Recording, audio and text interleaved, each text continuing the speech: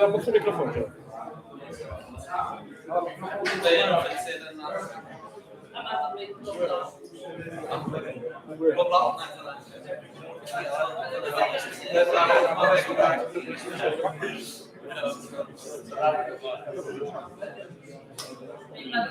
Tak to zkusím. Ale ubočí pokus, jo? Zkus to nějak ověřit, jak to funguje. To slyší dobře takhle s mikrofonem, jo? Fine. Hello everyone, good afternoon. Thank you very much for coming. I really appreciate it. This is an event organized by Paralelni Polis and Prague University of Economics and Business. We have an innovation week, which is an experiment at our university. We should do anything with the students outside of the university, which I think is practical, and it's a great idea. I hope it will work, and I'm really grateful that many, or some, at least several of the students came, and they will present a proposal for the term project. Our course, Bitcoin and Blockchain, organized by not just me, but also Luboš Valik, my dear colleague, and Karim Abdallah, another great, lovely colleague, and also Ondřej Raimond, we are four. It should be practical. I want the students to learn something other than write essays, anything but essays, something that they can use to get a job. The course is finished by a term project. The term project is something practical for the community.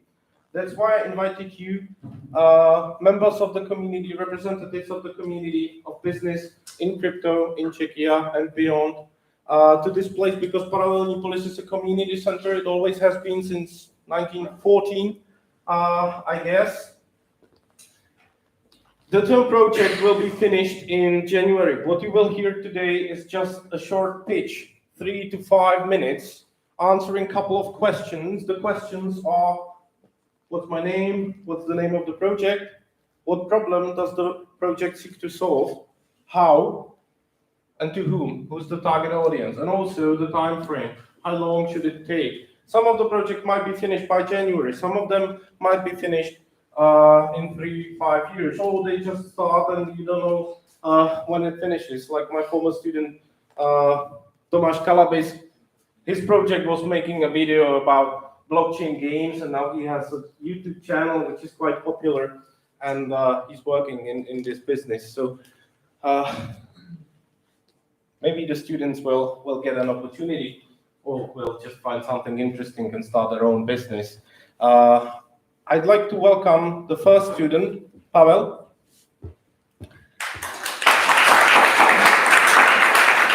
The floor is yours. Yeah. Thank you. Can you hear me? Yeah? Yeah? So let me start by saying that I would rather write an essay, but no. All right, so I will start. I'm not a technical guy, okay? This is my sixth lesson of crypto, so I have only limited knowledge, and I'm more of a practical guy. So I've came up with this global medical consulting decentralized autonomous organization. Global, yeah. All right, so I think we are Czech people here, yeah, most of you. So what happens when you have some kind of problem, unique problem with your health? You go to doctor, they tell you, well, we don't know what to do about it because it's unique. So they get together. It's something called consilium, yeah. Apparently, according to translator, it's a medical consulting kit. So when they get together, it's only held locally in local hospital and offline. So it's kind of not efficient. There's limited knowledge, and there's something that I came up with, and that is to make a decentralized autonomous organization for it. Why? That's a good question. The first thing is that it could be more efficient. It could be transparent, and also by having it on a, let's say, virtual environment, it will also allow you to kind of set up a precedent for more cases to come. So that's also another thing. Also, to use the blockchain feature, let's say, it's the protection, the security. So it's also beneficial for this. And the most important one is knowledge diversification, because local doctors are good. I'm not going to say they are not, but having diversified knowledge, having it global, to have doctors from USA, to have doctors from Asia, everybody came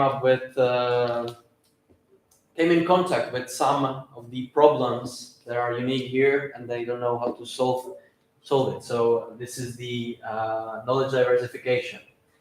My project will be only kind of a beta version, because I don't have ambitions to kind of, well, it's impossible to set it up to make it work as it is. So I will only make it as a beta version, and perhaps it's a possibility, for the future, how it can look like in the future.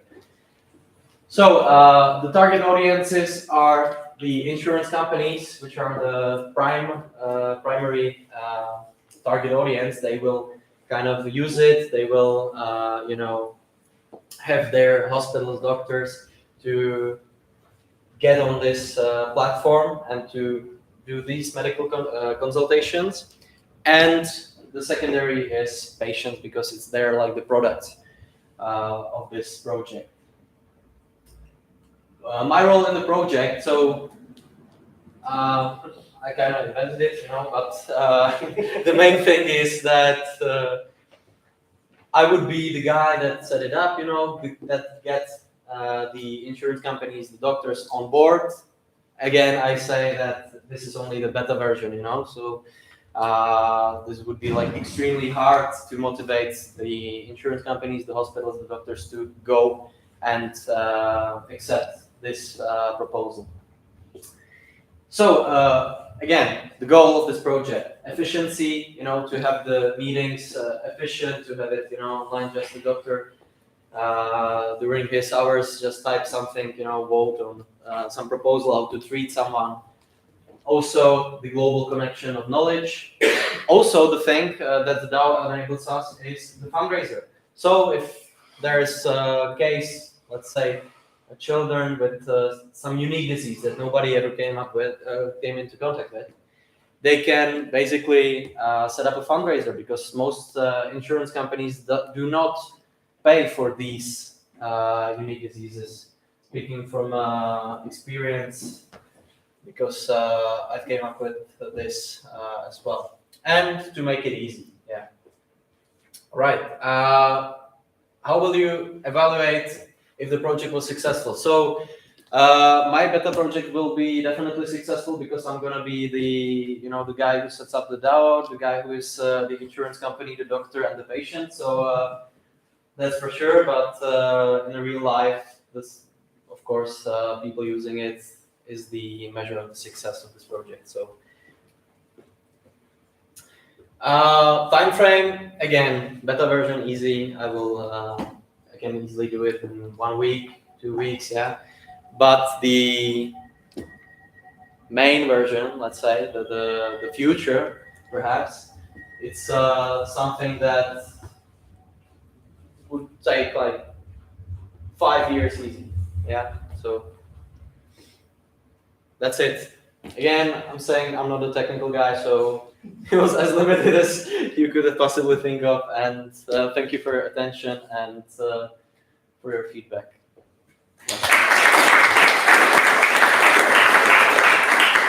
Great job, Pavel. Thank you very much for being the first. Now it's time for your feedback. Dear guests, is there anything, any piece of advice that you can give to Pavel about the project itself? Do you like it? Does it make sense? Is there any competition? Is there anything, any piece of information that he should learn about before starting this DAO?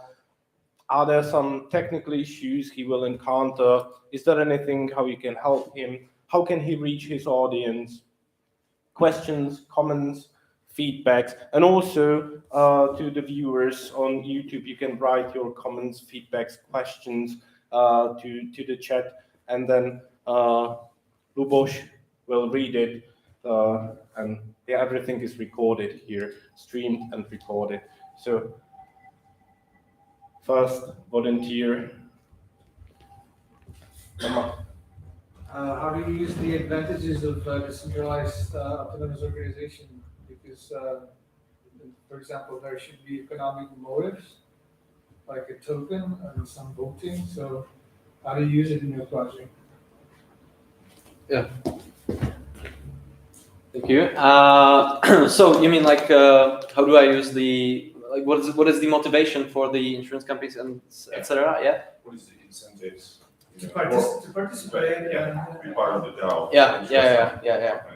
CSR, I would say, one word. Because the first fact is that these companies are usually not that let's say innovative.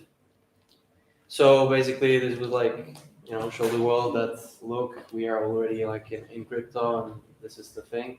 That's the first thing. I know it's not very persuasive yet, but I think that this is like this can be a good one. And then the second incentive would be to basically economies of scale also, because if you would have like lots of the insurance companies on board, the fundraisers would actually makes much more sense. It would be more efficient for them to raise some money. Yeah, but it's again, it's not.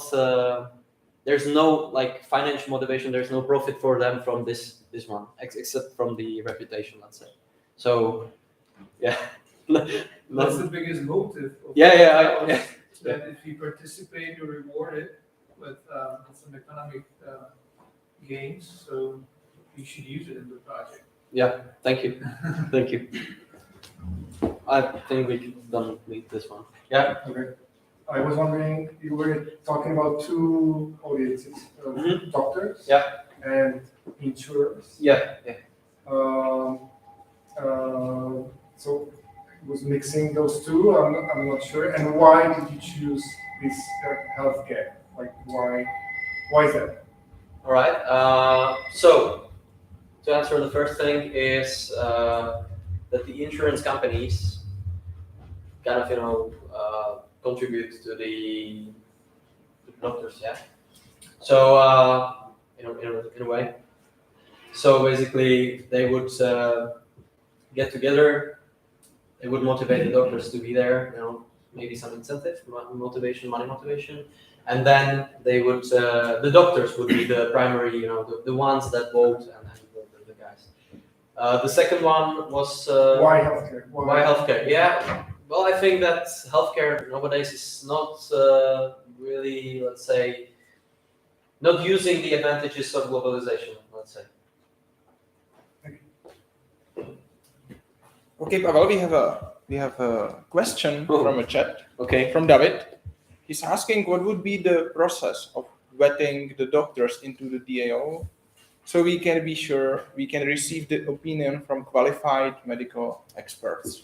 Yeah, that's the thing. That it would be in the beginning, in the beginning of the process, if it would be a real thing, that there would be some salesperson that would come up to the let's say some big names, insurance companies, and also not like a hospital from a small city, but like the top quality hospitals, and so like that. So from the beginning, it will be this responsibility will be by these institutions, these Yes, yes, hospitals. yes, and also by the person who is going to sell it to them. That he kind of goes for the quality ones and not for the bad ones. Yeah. You want? Yeah. Have you thought about the distinction from like a centralized organization and your DAO? Because I believe the business case could be there, could be found there, especially for the insurance companies and so on, even from a CSR or monetary point of view. But you should perhaps think about the advantages of the DAO and how can you implement them or use them during your project.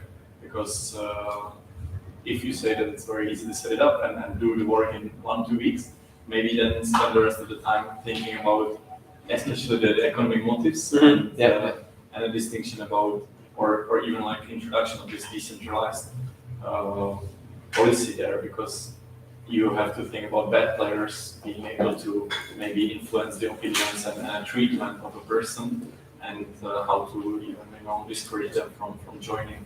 And without a central authority in place, that could be potentially an issue. So I don't think there is an answer for that right now, but maybe just food for thought about what to deal with later on with this project.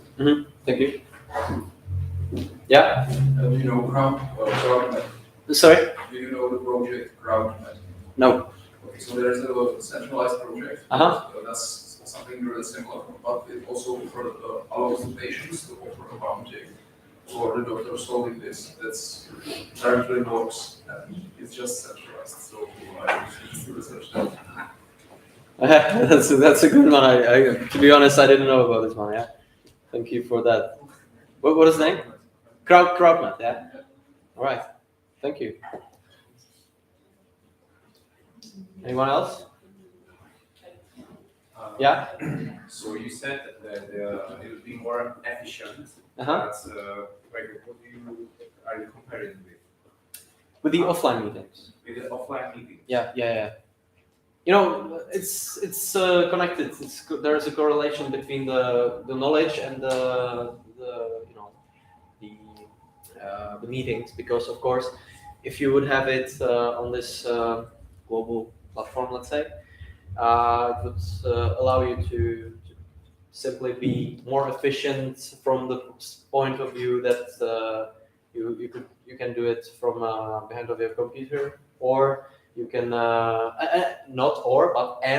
you can also have more opinions, let's say. So it's a lot about knowledge sharing. Also, yeah. But technically, you can do it also in centralized. Yeah, you can. That's the thing. Yeah, that's the thing that I think. So it's more about, as you said, CSR. Also, corporate social responsibility. Also, yeah. Because also the fact that the security of blockchain, the ability of the fundraiser, also like. And that knowledge, you mean private data or? You mean the connection of the knowledge, as I said. The global connection of knowledge. Yeah, it's. I meant by that the knowledge of the doctors about certain diseases. Let's say, So, for example, if you have, heart problem, nobody knows what to do with it. Maybe our U.S. colleagues or maybe China's colleagues know what to do with it. So that's what I meant by that. All right. Thank you very much. And Yeah. Thank you very much for your comments, for your feedback. It was even more feedback than I expected, right? So if there is anything more that you want to tell to Pavel, you can catch him later after the event, or now if you need to leave earlier, perhaps you have my email so I can connect you. Who will be the next courageous volunteer?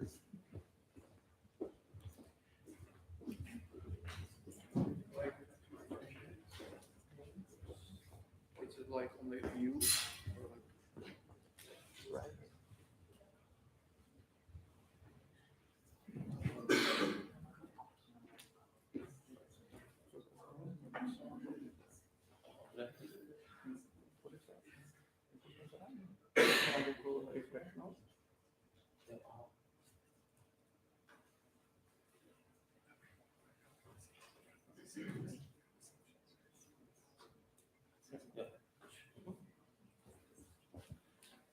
So our next student, his name is Jan Halamka. Hello, everybody. I'm super nervous, so please be nice to me. So, as Pavel said, I must agree so much because what schools, university teaches us is writing essays. So this was my first practical project in my life, I would say. In the beginning, I was brainstorming so much what to do because I wanted to make something really unique, really special. But I think I don't have enough knowledge for that in this field.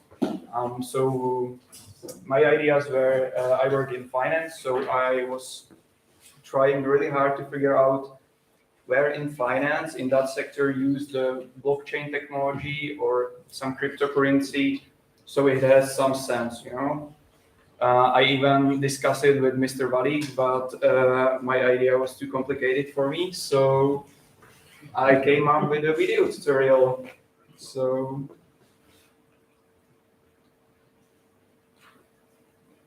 I'm gonna be making a video tutorial on how to make and sell NFT. It's for general public, so primarily people who are not really into crypto or just wants to try it. So they will watch my 10-15 minute tutorial and they will be able to do that. So as I said, the target audience will be the general public with a little bit of, I will be a little bit more focusing on the artists because those are the ones that create something valuable, I would say. So after this economic recession will end, so they can start using this to sell their arts. My role in this project is a guy. I will be giving the target audience the information. I will show them how to do that and explain it a little bit so they understand what they are doing. Yeah.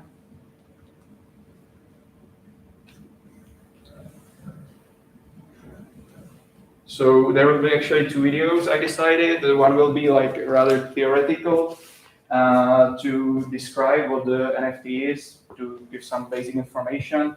Second one will be the practical one, where I will show the website, then you can publish them, how to sell it and stuff. And actually, fourth goal of my project is to learn how to record videos and post them. So it's beneficial for me as well. My evaluation will be pretty simple. If like I play it to my high school colleagues or someone else who is really new, and he or she will understand it and will be able to use the video or understand it, so then the project will be successful in my point of view. And the time frame will be, I guess, eternity. I wanted to sound a little bit dramatic at the end. So it will start when I publish, when I upload the video, and then will stop when the NFT market will be non-existing, or it will just end. People won't be interested in it anymore. So thank you. Thank you very much, Jan, for your presentation. Again, these are the initial ideas for a project. It's not the full project. The project should be complete by January. So, Jan, probably you would like to hear some ideas, tips, how we can improve it, or how we can do it. So, if anyone can give feedback or a piece of advice, again, we will be happy. I like the idea. I think it's gonna be on top. In general, I like the idea because it's quite easy and it can be useful, like for community in general, and it's not so broad a project as the previous one. General question: do you have any idea about which blockchain you're gonna make videos? If you have any ideas, because there's so many options to do NFTs, and if you have any idea. I feel like the Ethereum blockchain will be the best one because it seems to be the best one right now. So the video will be focused on the Ethereum blockchain. Okay, thank you. So, if I may, it seems you are entering a really crowded market. So, how are you going to be unique? How to stand out on the crowd? Yeah, I know. There must be tons of. Thank you for your question. I know there will be tons of videos like that on YouTube, on the websites and stuff. I didn't really thought that through, but I wanna do it as simply as in the simplest way possible, if you know what I mean. So it will be really for everybody. That's I guess the only thing I can make it different. Maybe if I can give a piece of advice, when you say that the target group is everybody, to me it sounds like nobody, because when you are trying to shoot too many geese at the same time, you are likely to miss all of them. So it's better to have a more specific target group, making it very easy. I think the videos that are there are quite easy. My idea perhaps would be to make a video about how to make an NFT other than just art, how to get something a little bit more over just a piece of art, like a picture, because this market is somehow stagnating, maybe dead. Yeah? Where you may be thinking about teaming up with an artist which would really like to use, NFT way of kind of selling the art and using him or her as a means to convey your message to video, that you really would have an authentic, NFT minted and maybe even sold. Yeah, that's actually a really good idea. No, I I didn't think about that. I was just thinking about giving this video to the artist so they can use it for themselves. But collaborating or co-working with some artists would be really cool. Yeah, thank you. Maybe just a little tip. I'm not sure if this is supposed to be a profitable or non-profit project. Just a brief question. It's up to the student. Okay. It's a project for community. For anyone else than myself and the other students in the class. Okay. It must be for the public. Perfect. So since you chose Ethereum, I would encourage to go to ethereum.org, and you probably maybe even been there and saw their educational platform about NFTs as well. If not, perfect. Go there, check it out, and we can even get you in touch. And if you would be willing to add some content like this to the website, it's even possible, and you can even call. Plus, they are willing to get more people that will help to translate this into Czech and other languages. So something like these NFT tutorials are there, and any additional video, since it's not specific, but tutorial for the general public, you can probably approach them and even hear their ideas how to go for it and get some funds. Thank you very much. Yeah, with the languages, actually, I thought about, because I'm speaking Czech, English, and Spanish, so I can record it in all the 3 languages and publish it. But yeah, that's with the Ethereum website. It's a really good idea. Thank you. In the first, so you mentioned that you are going to film the first video, which will be focused on the theoretical side of things. Here you could definitely pick your niche and focus perhaps on these utility NFTs, which have a real world benefit, such as when you buy such an NFT, you receive a real world painting or any other piece of art or whatever else. So here, think about also why should people do it, answer this question during the video, because that could be suddenly give an idea about why people should even be interested in this space and not just to make some fluffy. Yeah. Thank you. I didn't actually mention it explicitly. It's not for people who wants to make money overnight, and yeah, it's like for people who are slightly at least interested in how it works. I don't need my. Okay. I would slightly disagree with Jakub because I think you defined your target group. It's artists, creators, right? So my question is whether you did some research, perhaps in the Czech Republic or world, about how informed the artists actually are about the possibility of creating NFTs and royalties associated with that. Did you? No, okay. Not yet. But it's a good idea. Thank you. Yeah. I'll try to. Thank you. Last question, and then we go to another student. I was thinking, like, if I was in your shoes regarding the NFTs, I would have a suggestion, maybe to work with some marketing, to do a marketing campaign with any marketing agency that are innovative thinking. Work with them, make like a campaign, let them help you find the artists, because they're connections that are willing to learn new things and do something that they can use for their business or they can experiment maybe. That would be my idea project, and make the videos during, teaching the artists how to do it, how to create it. Okay, great. Thank you very much, everybody.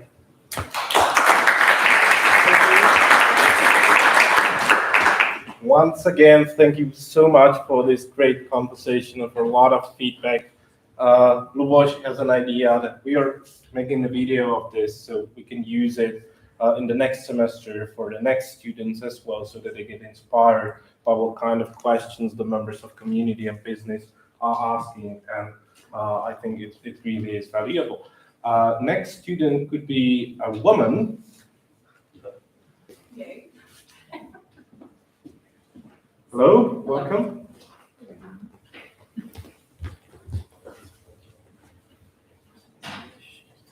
Alexandra? Yeah.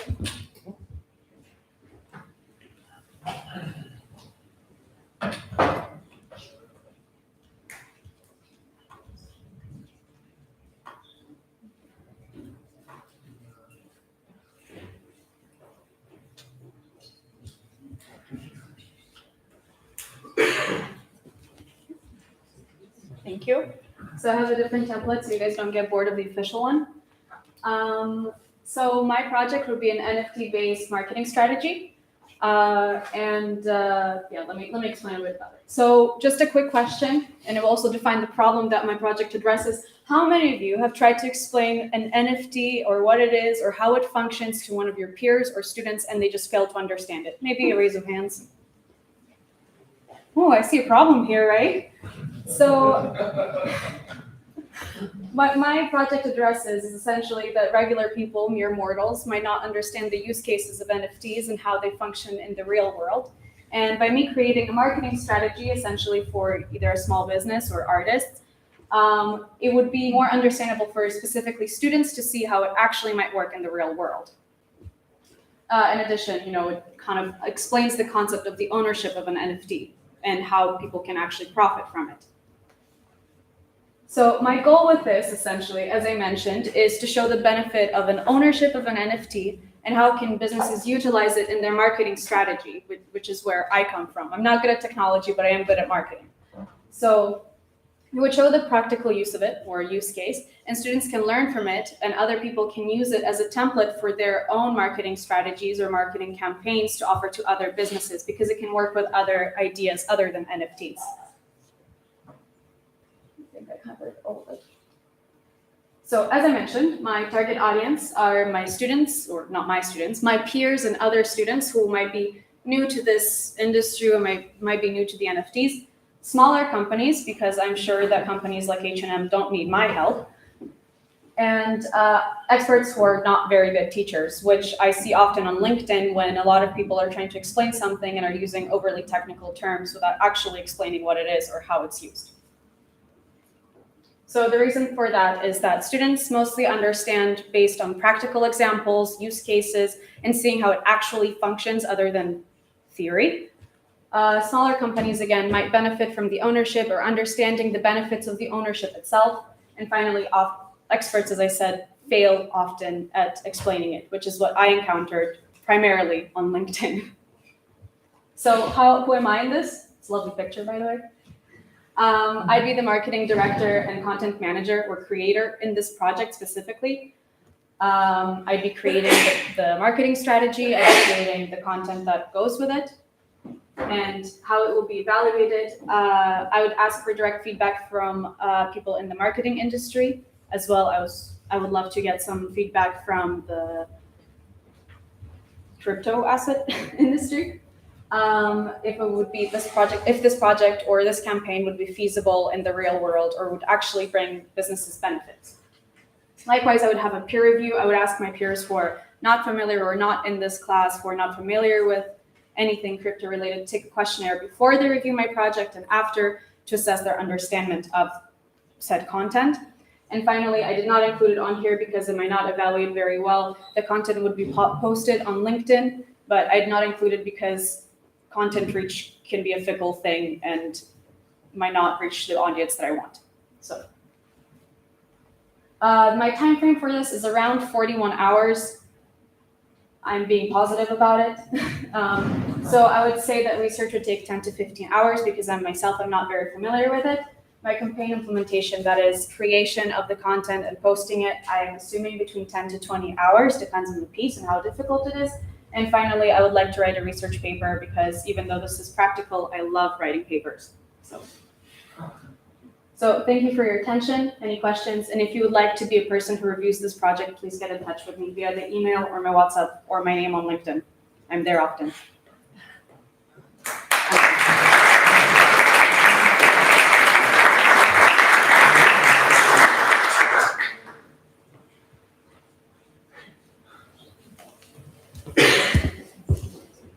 You say it will be a marketing project with NFTs? Yes. How do you use the NFT actually in marketing?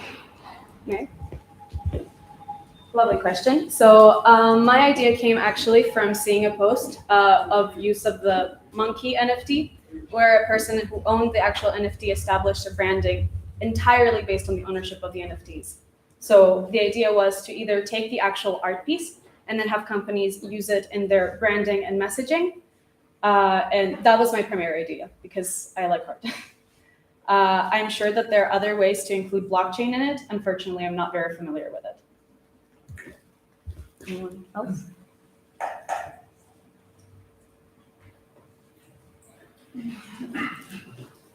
So can you maybe say some example of your use case? Like you will go to some marketing department or company, and so how it will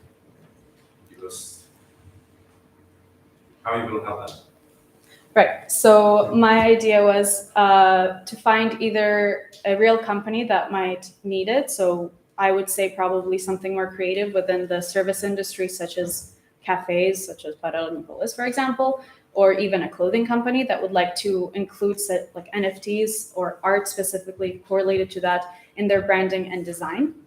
And the idea is to, right now, perhaps not approach them directly, as I'm pretty inexperienced myself in NFTs, but to create a demo version of the project, either for a real business or a hypothetical business that I would make up and have the actual like demo version for it. But it would be for a very specific type of business, which is, for me, I would like to either do it for a fashion clothing company or a service company, such as, I don't know, beverages, food, something like this. And okay, so let's say you will offer these services to cafe. Yes. And so you will help them to make some NFTs. I think that's a feasible option. I don't want to focus on creating NFTs, but rather utilizing them. So essentially, the idea would be to create a marketing campaign. So that is advertisements, content related to the business itself, using those NFTs within it. So it would be the main aspect of it. So would you distribute the NFTs to their fans, or how would they be used?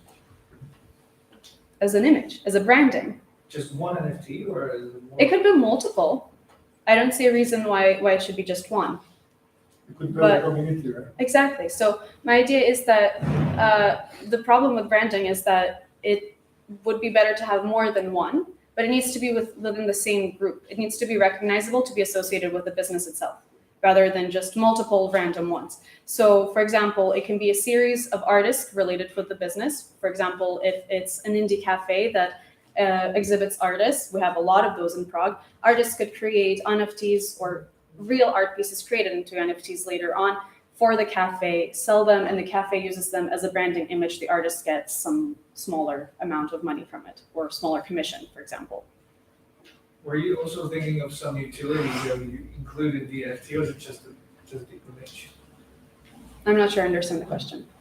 Well, utility, you can use NFT, for example, as a ticket to access some different, Discount to the cafe or loyalty program. yeah, loyalty, yeah. Instead of a physical card, the NFT can have this discount program built in itself. I haven't thought about that, but that's a good idea. Thank you. Yes? Maybe there's an example that can help you. In Brno, there's a bar that during COVID times published NFT collections, and the holders of NFTs could have like special drinks after they are opened again. So that's one example of utility. Holders of NFTs are available to purchase some kind of drink that others can't. Mm-hmm.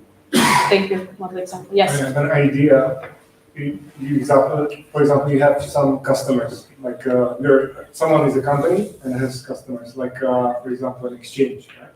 Like crypto exchange. Their top customers can get the rewards, can get the NFT as a reward, and then to be like in a club, and maybe then have like a better, like a loyalty thing that you can have a better fee. And you can actually sell it to someone. So if you can sell the NFT to someone else, so that he has the better fees, so it has value. There's better fees in the market. Yes. Awesome. Thank you. Yes. There is an app called Spendy from Czech Republic, which allows you to manage your spendings basically. And they released an edition of I think 10,000 NFTs in their branding. These little piggies, like a big piggy bank, and any holder of them receives a free premium subscription for the app itself.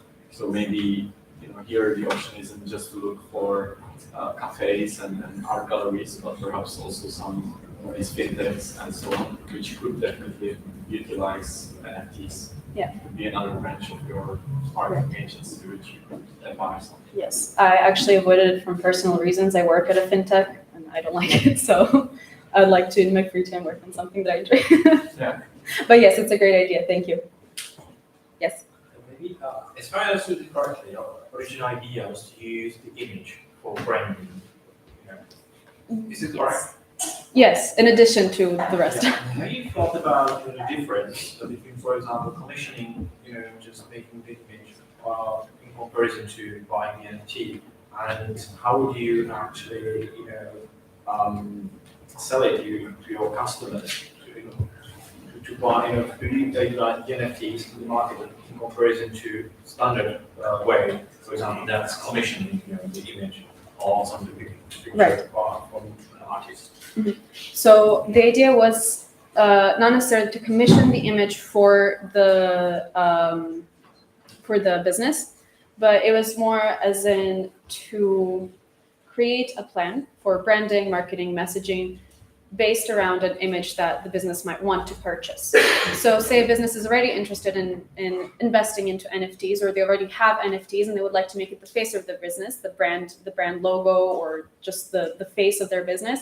So my job essentially with this project would be to create a plan of how they can use said image that they would purchase already to create. Of course, they can commission more, and it will be based, after that, it will be based on the rest of the images that they purchase.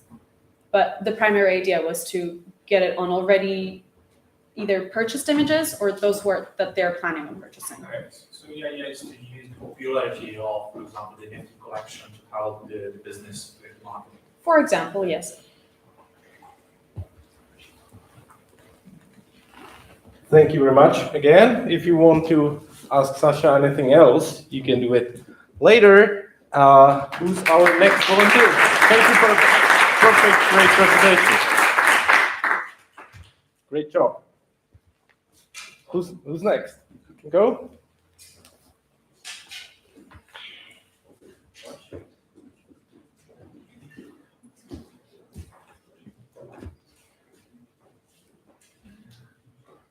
We will do like 2 more students and then a little break, and then the next 5 students. Yeah.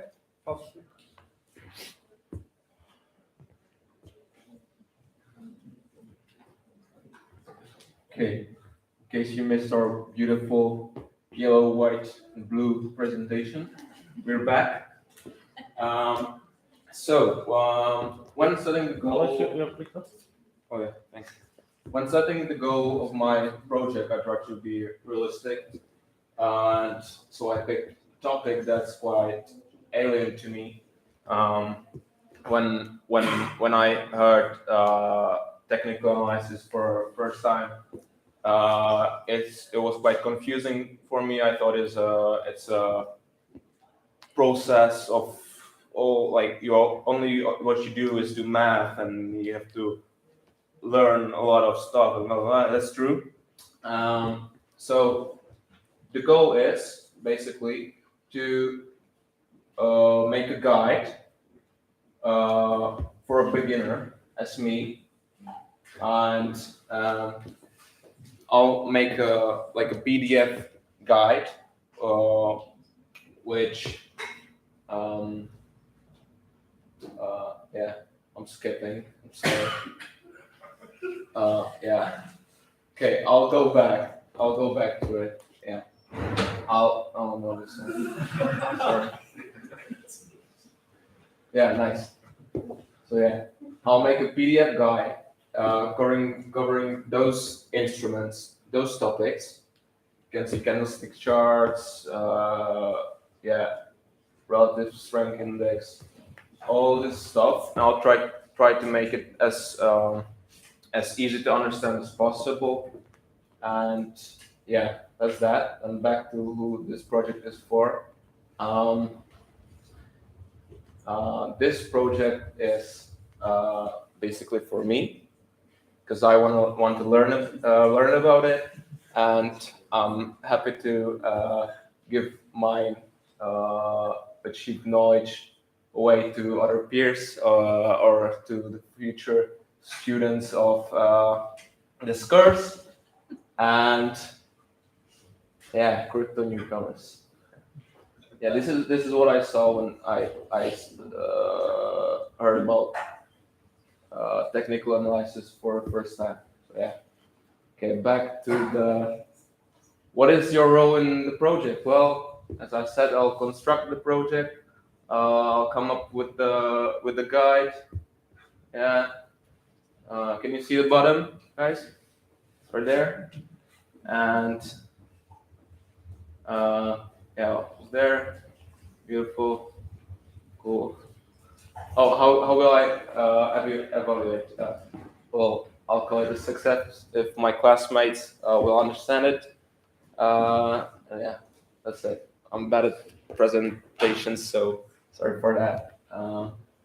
What is the I thought I'm gonna finish now, but I'm not finishing right now. So what is the expected time frame duration of the project? Well, I'll do the research this month, and I'll do the PDF guide December. So yeah, that is that. Thank you for your attention.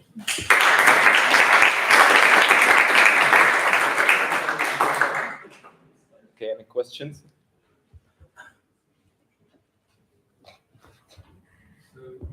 Yeah. Obviously, you have some experience trading. Buying at the top and so. No. I only bought I bought an IPO of Mina at like the starting price, and I didn't sell at the top, but still got some gains from it. So yeah, that's that. That's only that. Further, I didn't, because I didn't know the basics. So yeah, that's why I'm doing this, to know the basics, and then I'll start trading. So there are millions of guides in technical analysis. How are you going to differentiate from them? Yeah. So as I said, I'll try to do this as easy to understand as possible. So it will when new to this and you don't want to get overwhelmed and you only want to know the basics and what the topic covers, you'll go here. So yeah, probably someone will do it better than me, but yeah. Alash? Yeah. I have a recommendation for you how to maybe attract more attention to the technical analysis. I think that their voice is really sound, and you can merge it with some live rap performance or hip hop performance, because I firstly thought that it is rap performance and then it was technical analysis. So if you would merge it together, I think it would be much more funny and popular. Nice. Okay. I held a rap concert like 2 days ago, but it was a Halloween party, and I got a hold of the mic and I started rapping to the beat, and I don't know if that's a good idea, but thank you for the recommendation. Okay. Anyone else?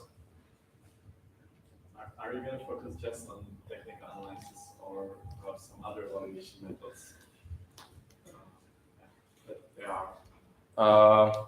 Well, if in a brief outline of your guide, I could see the names of these patterns and so on. Yeah. But there wasn't really a part about why or how to use a technical analysis. Maybe we will include it in each part, but have you thought about that as well? If there is only technical analysis for you, or perhaps fundamental one as well? Trend analysis and so on. Well, of course, I can go there. If when I'll do the research, I'll probably get into other forms of analysis. So if there's something connecting those topics, I'll include them in there. Yeah. Okay. No one else? No. Thank you very much. Thank you very much, Alex. By the way, a couple of more things about our course.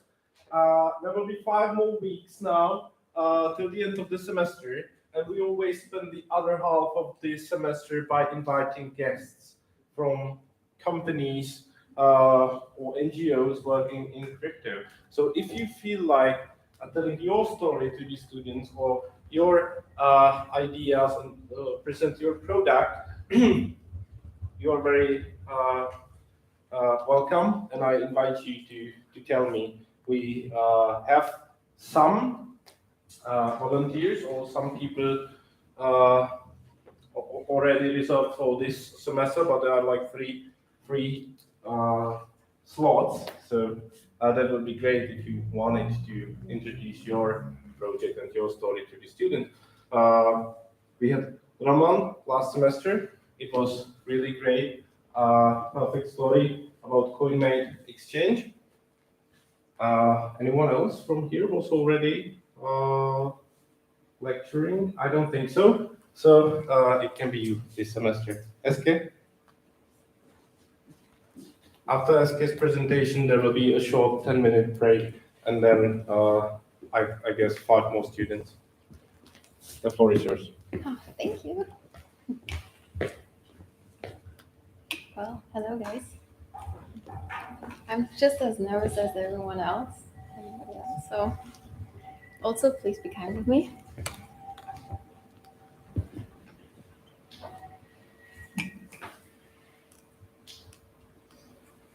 We good at clicker? Oh, good. Thank you.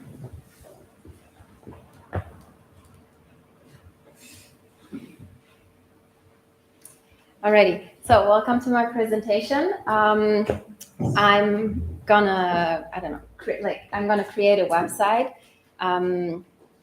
with a guidebook, an introduction to Bitcoin, and the easy use of LN bits. So what will the project solve? Well, I want to create a website for everyone and all solution seekers, because what I want is I want a website combining teaching and homework content, which then will be a beginner-friendly website for all either future blockchain students or everyone who is actually trying to find a simple explanation and introduction to the topic. And who will be the target audience? Well, the main target group will be the future Bitcoin and blockchain students struggling with understanding the content from lectures or homework, and also all Bitcoin interested who struggle with finding a simple introduction to the subject. So basically everyone who is interested in Bitcoin and who wants to learn more is more than welcome to then visit my website. Yes, so my role in the project, well, I'm going to be the website creator and the responsible for the website content. But and besides creating the content and give information about possible questions and stuff, I also want to try to invite experts and other people from class, for example, Jan, who's then going to upload a short video about how to create NFTs and stuff. And also I have some friends who actually work in the industry. So, and I want them to give the possibility to also, like explain different topics. Yeah. And the goal of the project will first of all be raise awareness of Bitcoin, and then also to provide an easy introduction to the topic, simple explanations of technical parts, because I'm also not a technical expert, so it's going to be nice if there's an easy explanation for that. And then also explanations of further applications, including, for example, MetaMask and how to, download faucets and stuff. And then last but not least, also how to start sending and receiving Bitcoins. And that's where I want to introduce the 11 bits. So I want to provide a QR code where you can then download your first Bitcoins and try to send them to someone else, and how to learn how to use them on a wallet.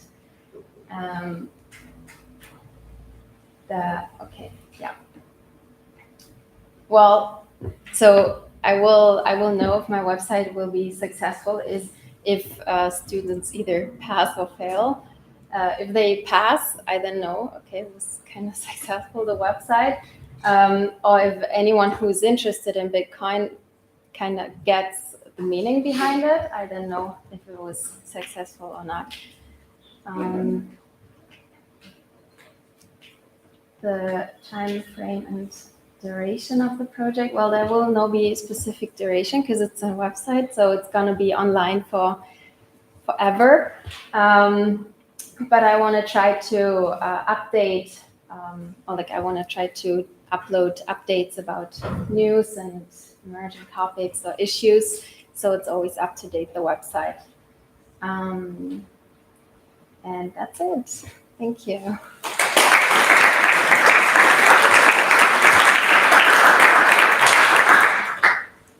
Any questions or feedback? Is this only for this specific course where the students learn about Bitcoin, or is it for any other university or high school? For any other university, any other high school, or everyone who's actually interested in Bitcoin but who has no idea about Bitcoin, I want them to give them or to provide them information and an easy introduction to the topic. And so what I want to do is combine the content from the slides from the lecture with all the homework, because in class we covered all the the main topics of Bitcoin and yeah. So everyone who's interested. Before COVID, we had this event, Crypto do Škol, Crypto for Schools, and the students were going to high schools in Prague and Czech Republic to teach the basics to these pupils or young students.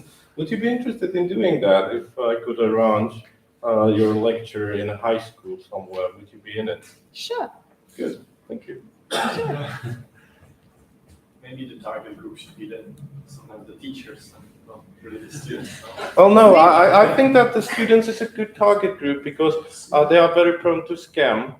It's quite easy to scam money from 16-year-old or 18-year-old people, so it's good for them to be informed. Yeah. No, but actually that's also a good point, teaching the teachers. Because sometimes, like during class now, I sometimes I struggled with either understanding the technical parts or the homework, and then I was trying to get information on the internet, and I couldn't really find that much. And I mean, you sometimes you uploaded some introductions and explanations on how to do the homework, but I always had to ask my friend who works in the field to actually explain it to me again and over again. And so yeah, that was also one of the goals to make it as easy as possible, because sometimes it was maybe too difficult to. So you can consult it with Ondřej over there. He's responsible for the homework assignment. Okay. So maybe you could work together to improve it for the course. Thank you. Alrighty. Another question. Yeah. You mentioned 11 bits a couple of times. Yeah. Why?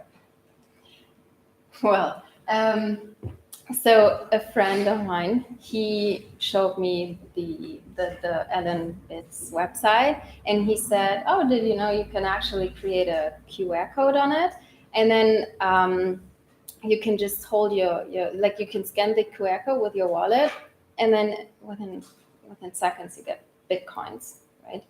And I thought maybe I can also introduce that to everyone who's interested, to kind of first started with working and with Bitcoin, receiving Bitcoins and then sending them, and yeah. So, but I don't know if it actually makes sense, because at the end of the day, it's gonna cost money. It's gonna cost me money, so I don't know if I actually want to do that. Yeah. Any other question? More feedback? Yeah. Have you thought about how to engage the community to help you to maintain the content up to date? Because you mentioned that you have no specific duration for the project, so if you want to keep it running, have you thought about how the project can actually work in long term? No. I mean, I want to try to engage Jan, or my friends, to upload their videos and explanations and stuff. And if my friends who are actually super into Bitcoin, I don't know, they learn something new, they also get the chance to upload it there then, and to give them, like a platform to teach others. But I haven't really thought of truth that much yet. So the project should be in English? Yeah, it's gonna be in English. Okay. I don't speak Czech, so. That's a good question, because the previous one, because there's been a lot of attempts to do so, and most of them failed as they couldn't keep with all the information and all the changes going on. I believe there's a lot of websites that achieved so, like having lots of information on one website. For example, Binance Academy is pretty good in that. And other like bigger projects are probably already having that content. So maybe the same question like for the previous projects, how are you going to stand out, or what should be the catching point? To be honest, I don't know. I really don't know. So the thing is, I'm also a Bitcoin beginner, right? I had absolutely no idea about Bitcoin when I first came to his class. And I struggled to come up with an idea for a project.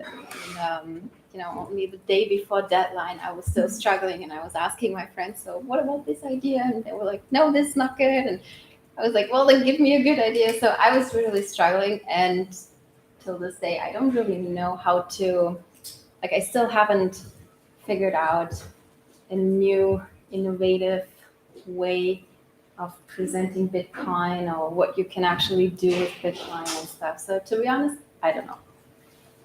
That's either I'm going to find out while I'm working on the website, or I don't.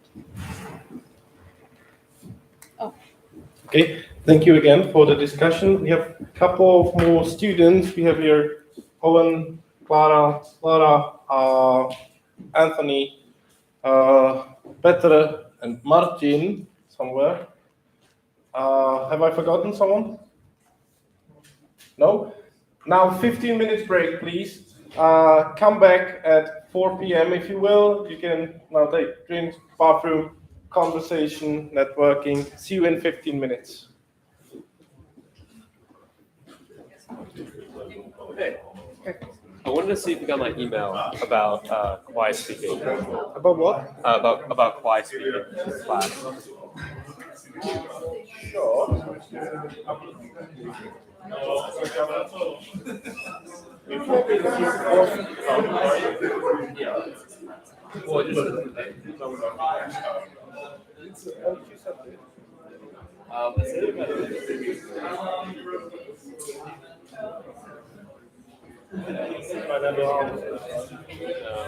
But I wasn't sure how to write.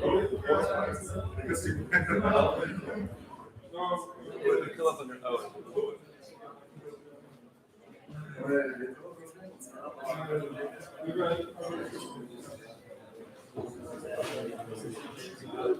Yeah, most of that right. Did I get your yeah. Take the gun.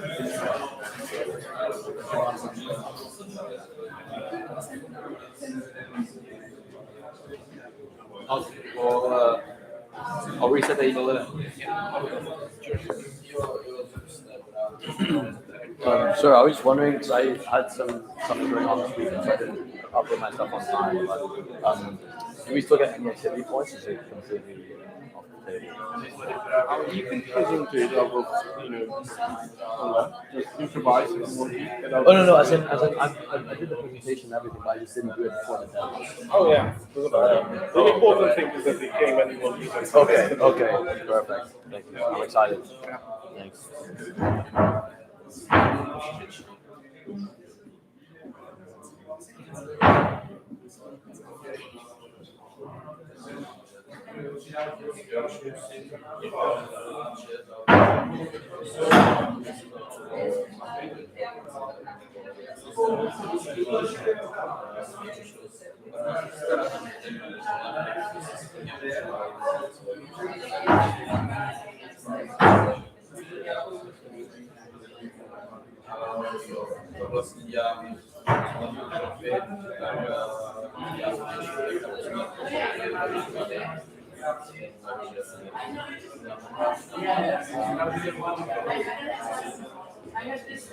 Yeah. So you do the second one and it's easier.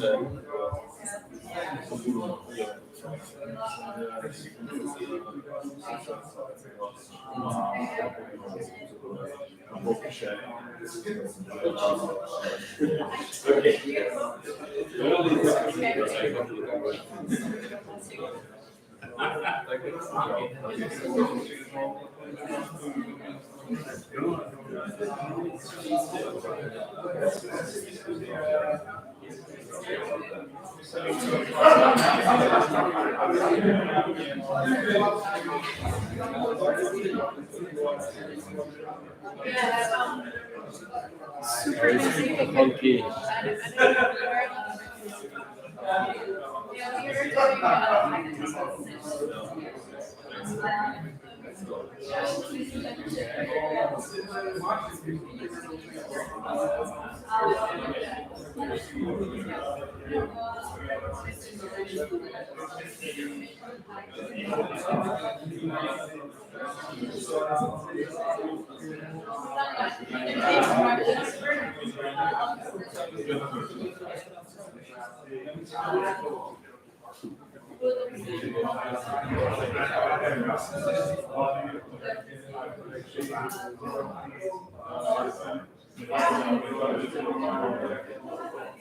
Yeah, we are Yeah, she's really good.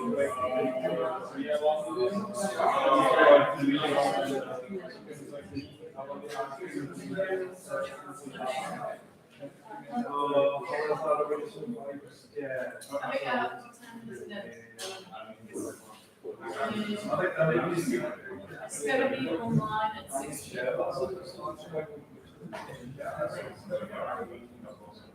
You guys can I'm supposed to have questions prepared.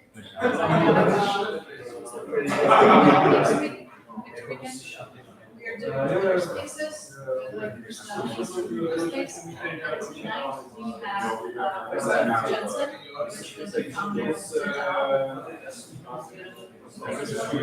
So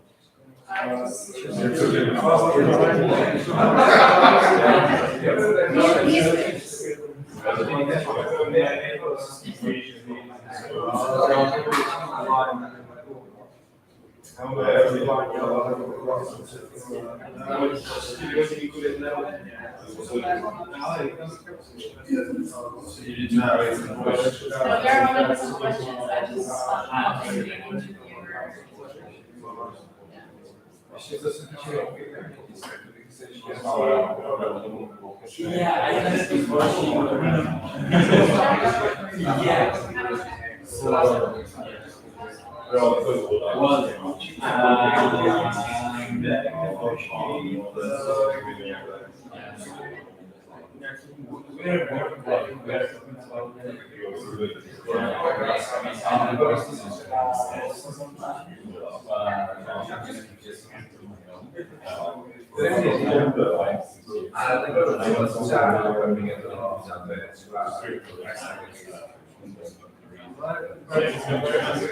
yeah.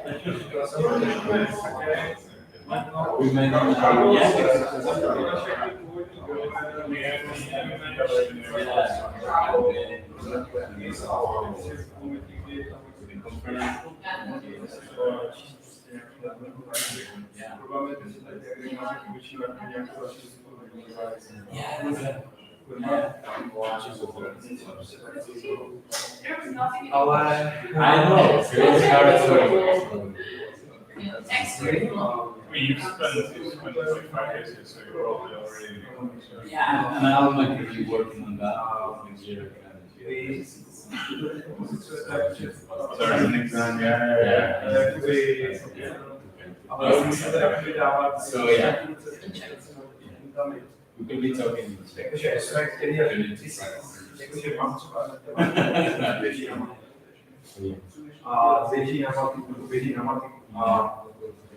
I think it's a Yeah. because it's from you.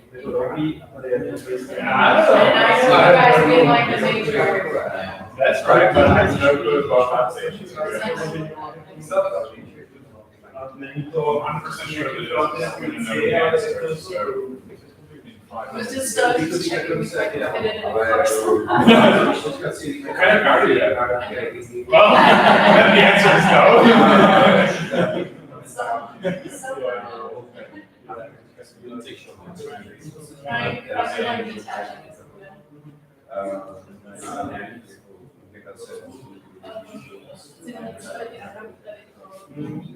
tam nějaké experiment, ale není to žádný ty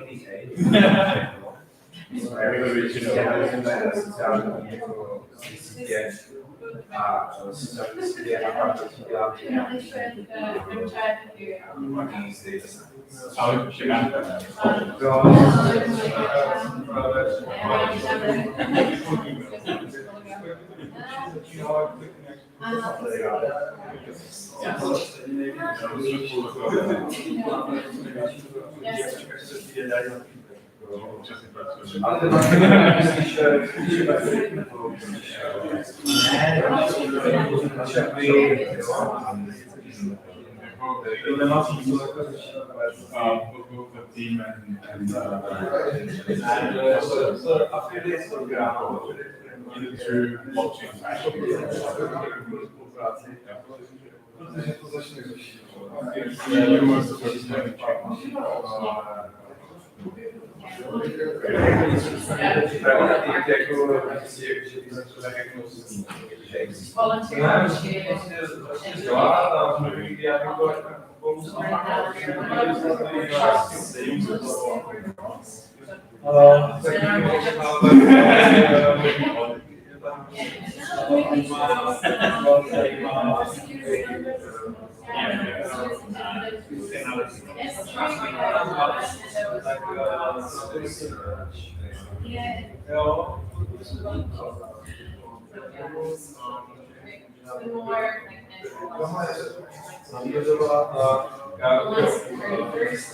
Co může dělat,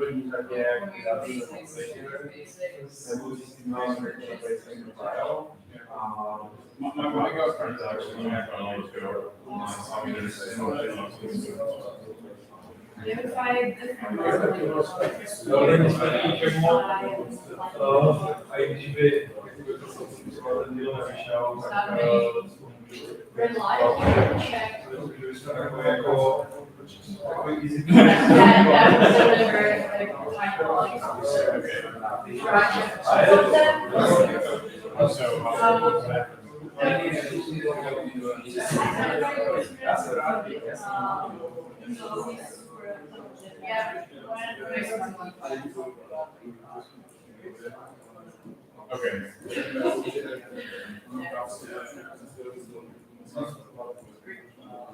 Basically doing the way we learn it and then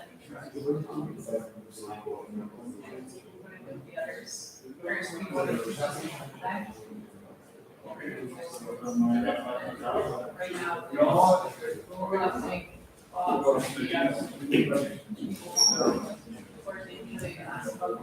money and everything.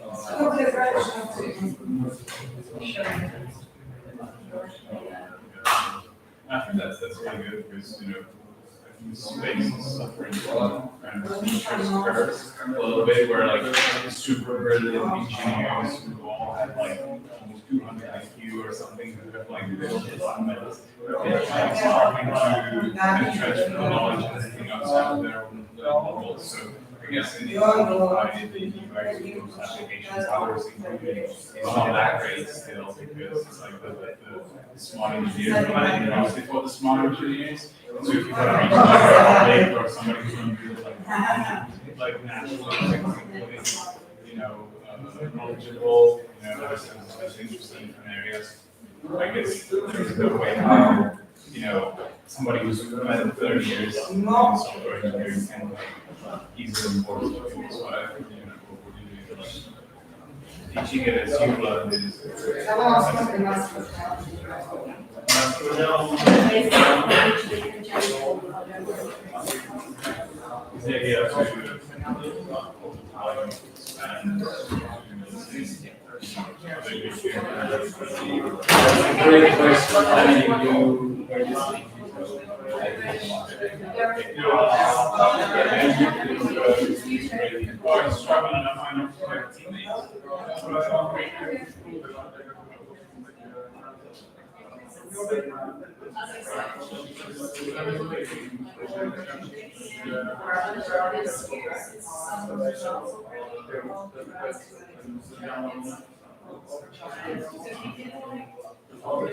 We made a project, but we didn't have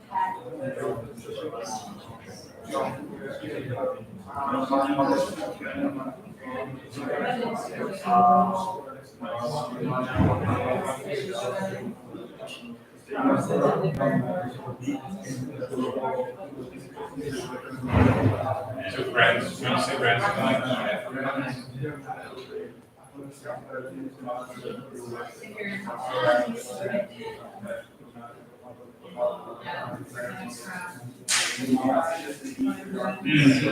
I tried this year, like a month ago, but the website was all broken, so I had, there's a lot of issues. Yes, the US. Oh, so.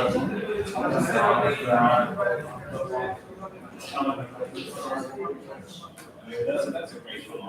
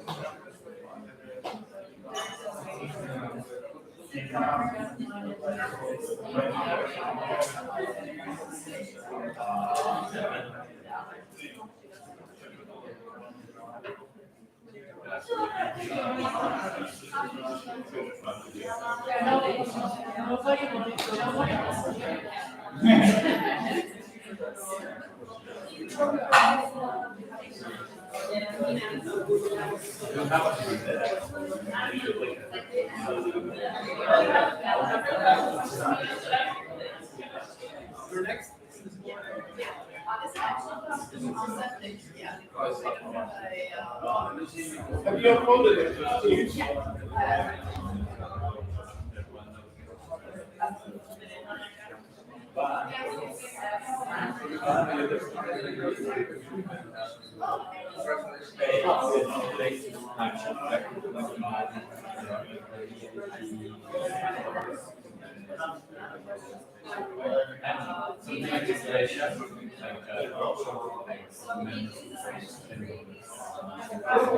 Otherwise, everybody will play and instead you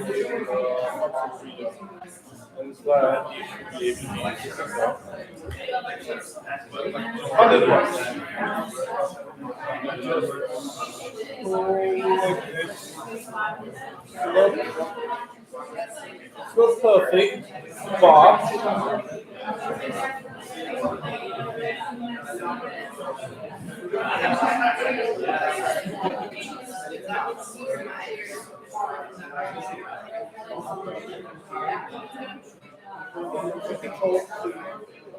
some people, especially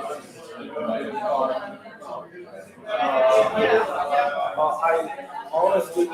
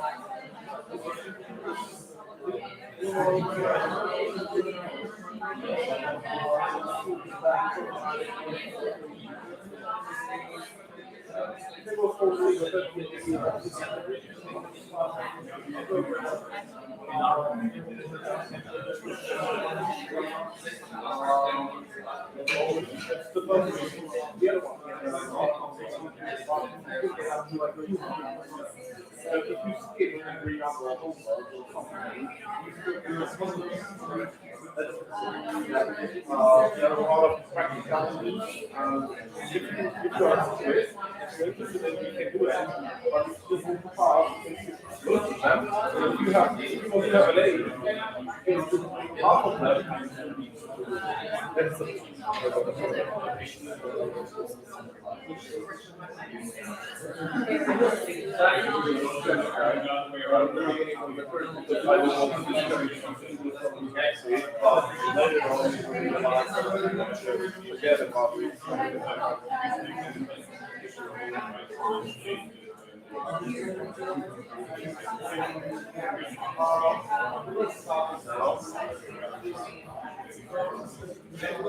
okay, ladies and gents, I'm glad that you're having a conversation. We said 4 p.m. It's 4 p.m. and 5 minutes. Never mind. But we should start. Not everyone is here. People are enjoying their coffees and sodas. They will join later. But our next speaker is Lara. She has 2 ideas. So maybe you can help her to decide which one to go for. Lara, the floor is yours. Yay. I give you maybe a few more seconds to sit down. But yeah, so my idea is, I actually have 2 ideas and I still don't know which one I should choose. So I would be really happy to get your feedback. So it will be 2 super quick, just. And also maybe it would be good for you to know that our course, when it started, I think it was kind of diverse. So there were people in there who already did some trading, and there were people in there who had no idea about cryptos at all. Me, for example. So whatever I learned, I heard for the first time, and I'm glad I learned it. So yeah, also be aware that it's going to be a really simple thing for beginners. All right, so the social impact of cryptocurrencies. The idea, so this is not perfect because I'm not using PowerPoint, I use Canvas, so I cannot really slide like the others. So I wanted to start with a quote. Most troublingly for investors with ESG goals, however, they are the governance issues with cryptocurrencies whose decentralized frameworks and anonymity make them especially attractive for illicit activity, money laundering, and sanction evasion. So imagine you're just starting to think about, okay, what is crypto, what are the benefits, etc., and you go over this quote and you think, oh well, maybe it's not as good as I thought. So my target group for this thing will be people who are actually still in the research phase about the benefits, the pros and the cons of cryptocurrencies. So my idea is to, I actually forgot the solution slide, so just listen to me. My idea is to prepare a website or a video presenting the positive impact on the social side of cryptocurrencies. And I was also thinking about considering NFTs and giving an example of how NFTs can be used as a practical example. So yeah, problem that there's still a lot of, like the media is still presenting a lot of, let's say the media in general is the problem here. So people who are gathering information about it might get confused and only see the bad side of cryptocurrencies. Does it really work with this? But my role in this project, so I will create the informative video or website about the social impact of cryptos and give a practical example about it. As I already said, how will I measure it? In the end, I will see if I got any positive comments, and if I did the website, maybe see I can check afterwards, did the people stay on that website and actually have a look at that. The goal of this project is sharing the positive sides of cryptos for the society and sharing knowledge and make the use of NFTs accessible. I think I don't have to go too detailed into the time frame. And now I will switch real quick to my second idea. It's also a bit social, and it's about an app design for crypto donation.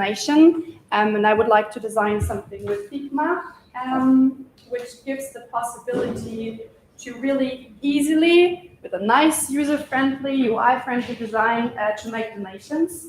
The idea is also that you can choose from some popular charities and NGOs, and that you can also download your donation receipt afterwards if you're maybe a company. Target group, people and companies who own cryptos and who would like to donate from time to time. My role again, drafting the Figma KPIs. I don't know if you know that, but we have to upload our idea on Medium, and I will see if there are any comments on that on Medium. So, with this thing, the goal is that it's really easy to use, and also like Figma, you can share files. So the idea would be that I can share the file with other people who might want to use it. So it's just like open source.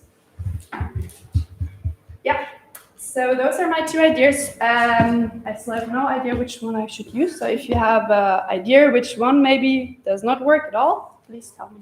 Thank you.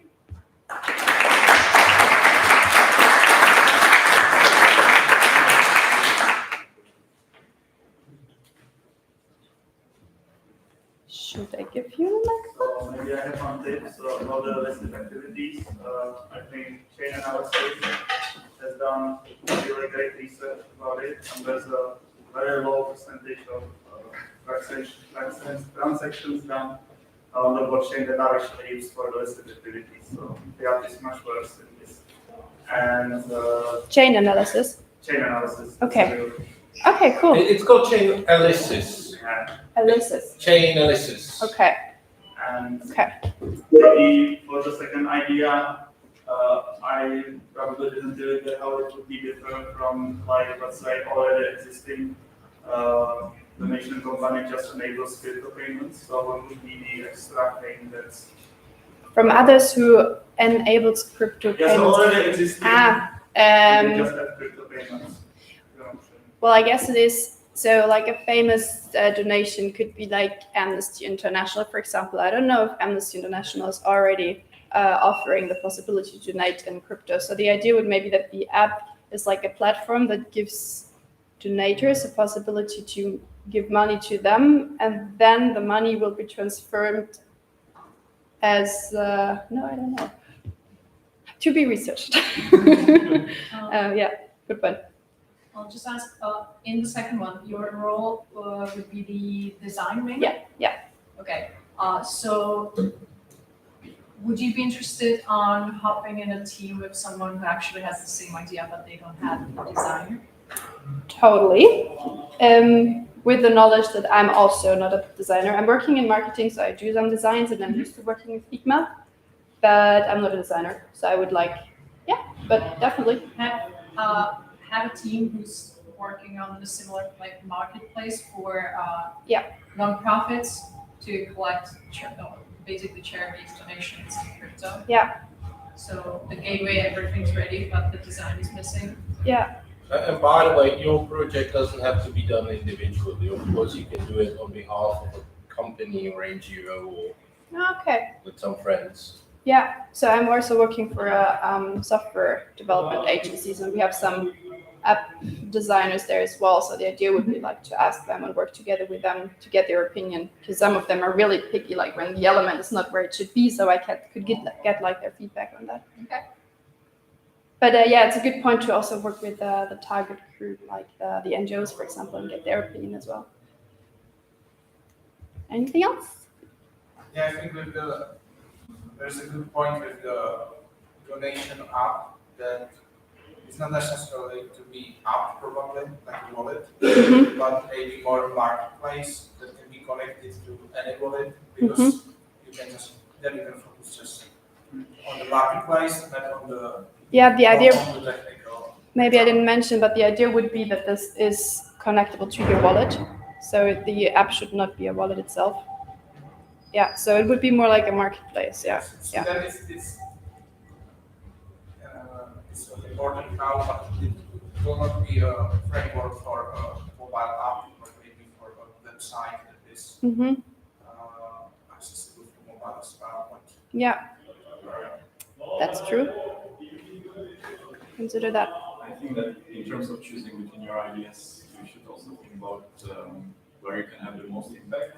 And if you can get connected to a team already working, which could use your resources as a designer, although you might not have so far that much design skill, it could be more valuable to the overall community than just creating a website doesn't really give you traffic suddenly, so then you have to actually promote it somewhere as well. And I would argue that the second idea seems more impactful, but maybe just consider that when you're choosing the team.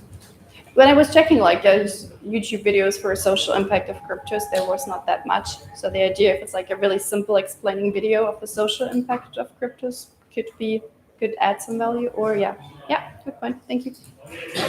But having the app for another marketplace would have the social impact, so you could combine the option B with the option A, just by promoting the option B. Yeah, let's they're similar.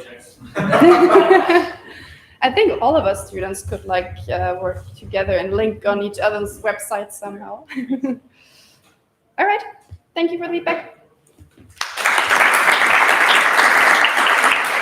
Thank you very much, Laura. Yeah, of course you can work together to not on one project, but how to find a synergy between the projects and how to connect to each other and reference to each other. Oh, you want to go? Yeah. Good.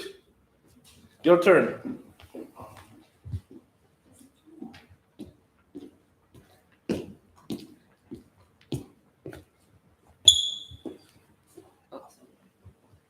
Hello. Owen is a professional, by the way. Yeah, so my name is Owen, and I work for Quai Network. Quai Network is a layer 1 blockchain started at the University of Texas that I work for now. I'm in their marketing department. And so my idea for this is the Boomer Crypto Academy.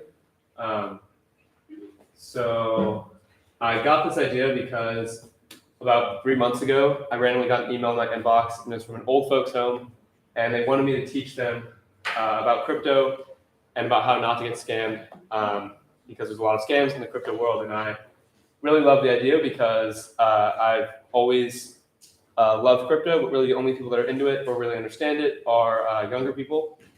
Try to explain to my parents, but they just think it's this like made up internet money, so they're not exactly on board. So the Boomer Crypto Academy will be a crypto academy specifically for people over 40 years old, and I want it to be completely free. That way, it's like a frictionless opportunity for them. They don't have to pay any money.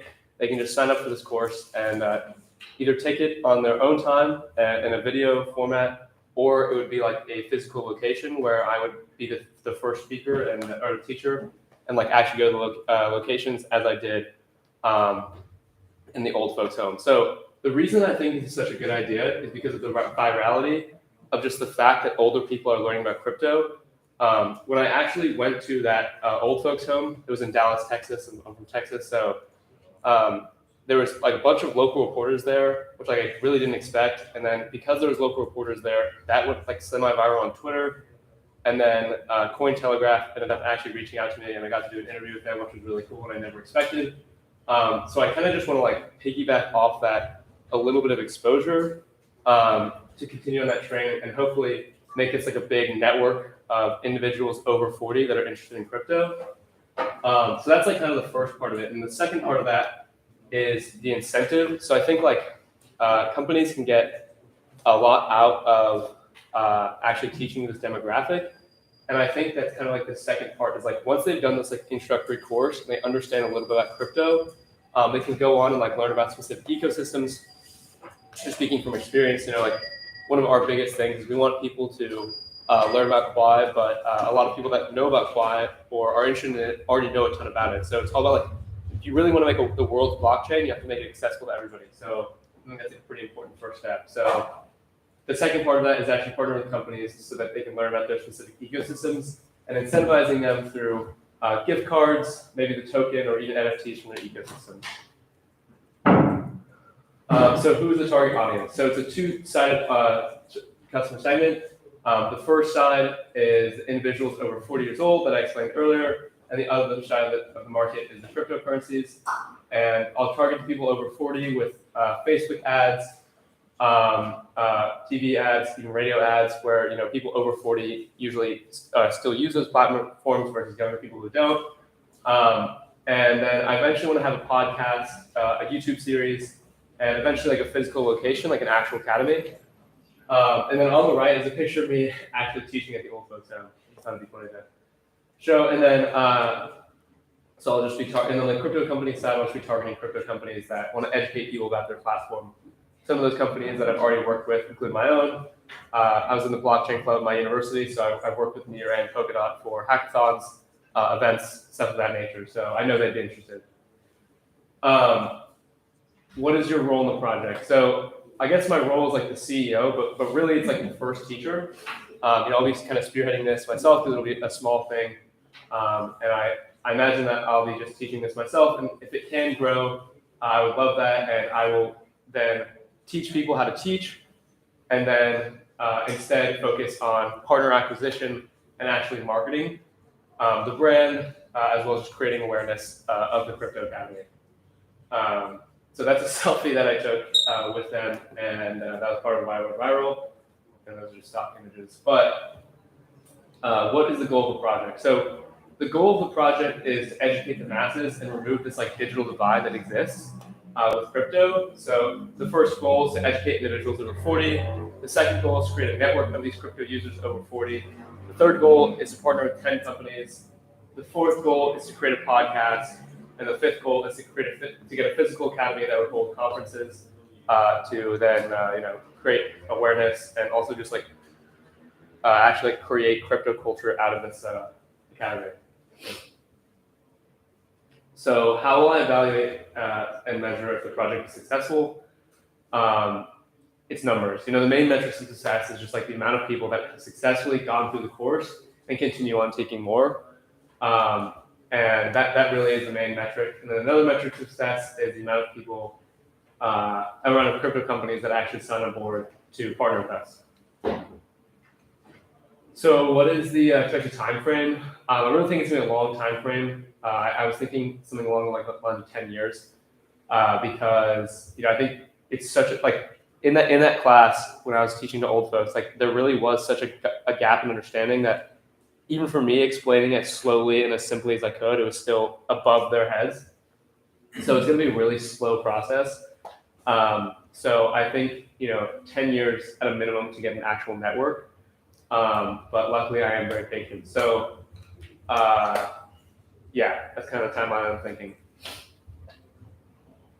And yeah, thank you for your attention.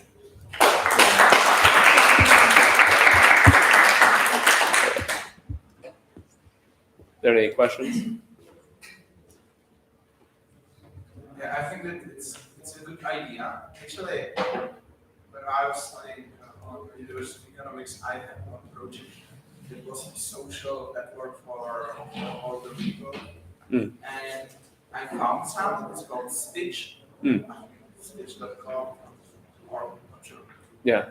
And maybe some cooperation with proactive older people could be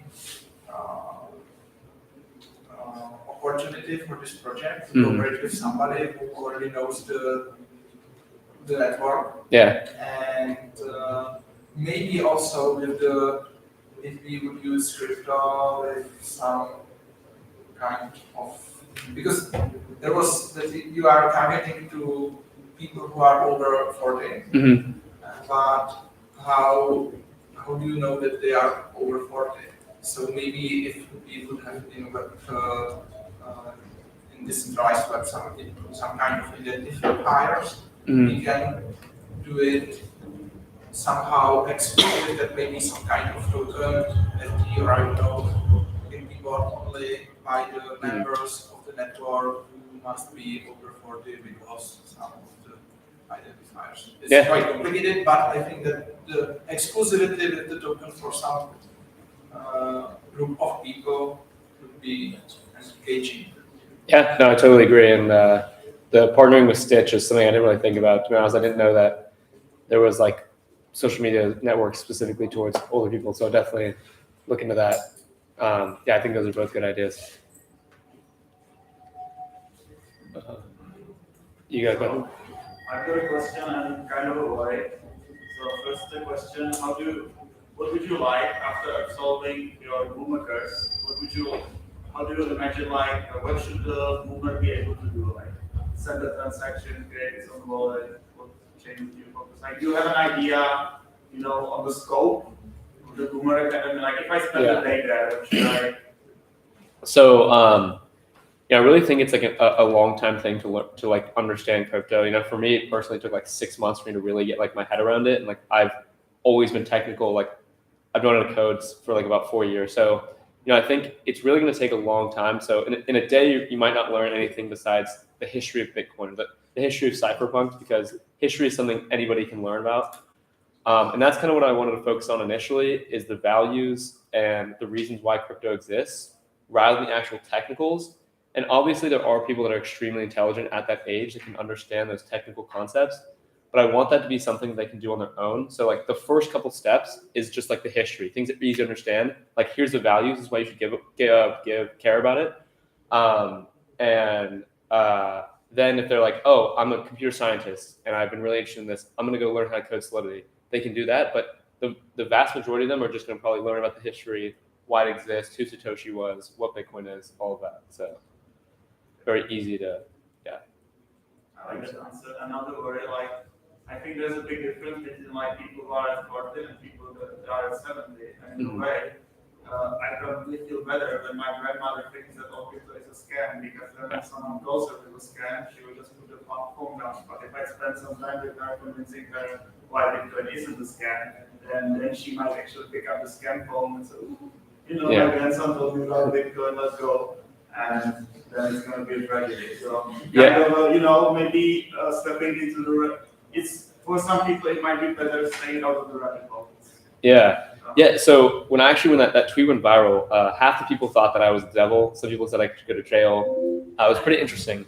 But the other half were like, oh, this is actually really good, because that demographic has no idea what this is, or like about the scams, really about the internet in general. And it's good for them to just get like a taste. And like, when I went there, I wasn't there to teach them really about crypto. I just told them about like all the dangers of it. So pretty much all I talked about was like how much money you can lose. Don't click on links. Like don't do any of this. Don't buy Bitcoin. Don't buy Ethereum. Like just sit there and wait 10 years and see what happens. And I think that's like, you kind of have to tailor your message, because if you're talking to somebody who's like extremely vulnerable, like somebody who's older, you have to have a message like, look, you need to be as careful as possible. And this is most likely not going to be good for you to interact with at all. Just be aware of it. And then for the younger audience that's like closer to 40 that knows how to use a phone and knows what a scam is, you can kind of have a more tailored approach that actually gets into the more in-depth things. But I completely agree. I think like scam prevention is almost more important for the older generations than actually learning about crypto. Yeah. You mentioned that there was like partner with some of the companies who would like to teach people about their products and platforms. Is that how you are going to monetize the platform, or is there another revenue model? So I plan on actually being a nonprofit. I plan on this being completely volunteer-based. If people want to teach, they can. If they don't, that's totally fine. I think for people that are older, for them to really want to continue to learn, I think you need a monetary incentive for them, because I do think that like it's not insanely interesting stuff if you don't care about politics or you don't care about like technology. So I think by giving them like a monetary incentive and partner with these companies, that's how they can make money from it. But the company itself is planning on being nonprofit and just being donation based. The club that I work for, or not work for, but was in college, like it was kind of the same thing. It was just educational, and like Near and Polkadot and as well as Quai were all happy to sponsor. So I think that's a viable option of just getting donations and stuff. One more note on that topic about Stitch, I think it was called. Perhaps if you wanted to bring it to the real world and look for early adopters of the platform where to really teach people could be at, I don't know if I can translate it, universities of third age, or how we call it. Here in Czech Republic, it's a university for the elderly. Gotcha. So we even have it at the University of Economics, and I believe it will be at other universities all around the world where older generations can still go and study actively. Perhaps there you could offer a course or even longer collaboration. Yeah, I would love that. I honestly did not know that existed, so I'll definitely have to check that out. I think that'd be perfect. Just tiny little tip. I'm gonna be 40 in 6 years, and I've been almost offended by the pictures. So include some younger people there as well. Yeah, that was for dramatic effect, you know. Speaking of the pictures, because there is a record for future students, the pictures of the school are just placeholders, in the template, so we can change it with the pictures that relate to your actual presentation. I'll remember that for next time. Thank you very much, Owen.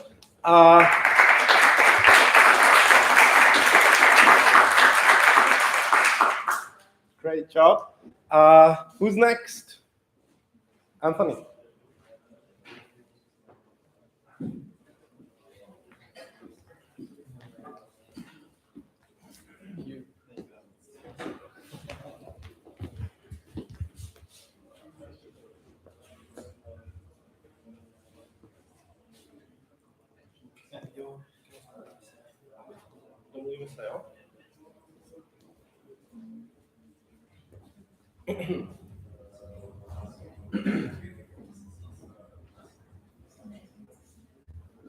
Right, so my crypto experience started last year, and I kind of just got into trading a little bit, but the only thing I have to show for that is an embarrassing P&L. So I'm really excited to actually start something practical.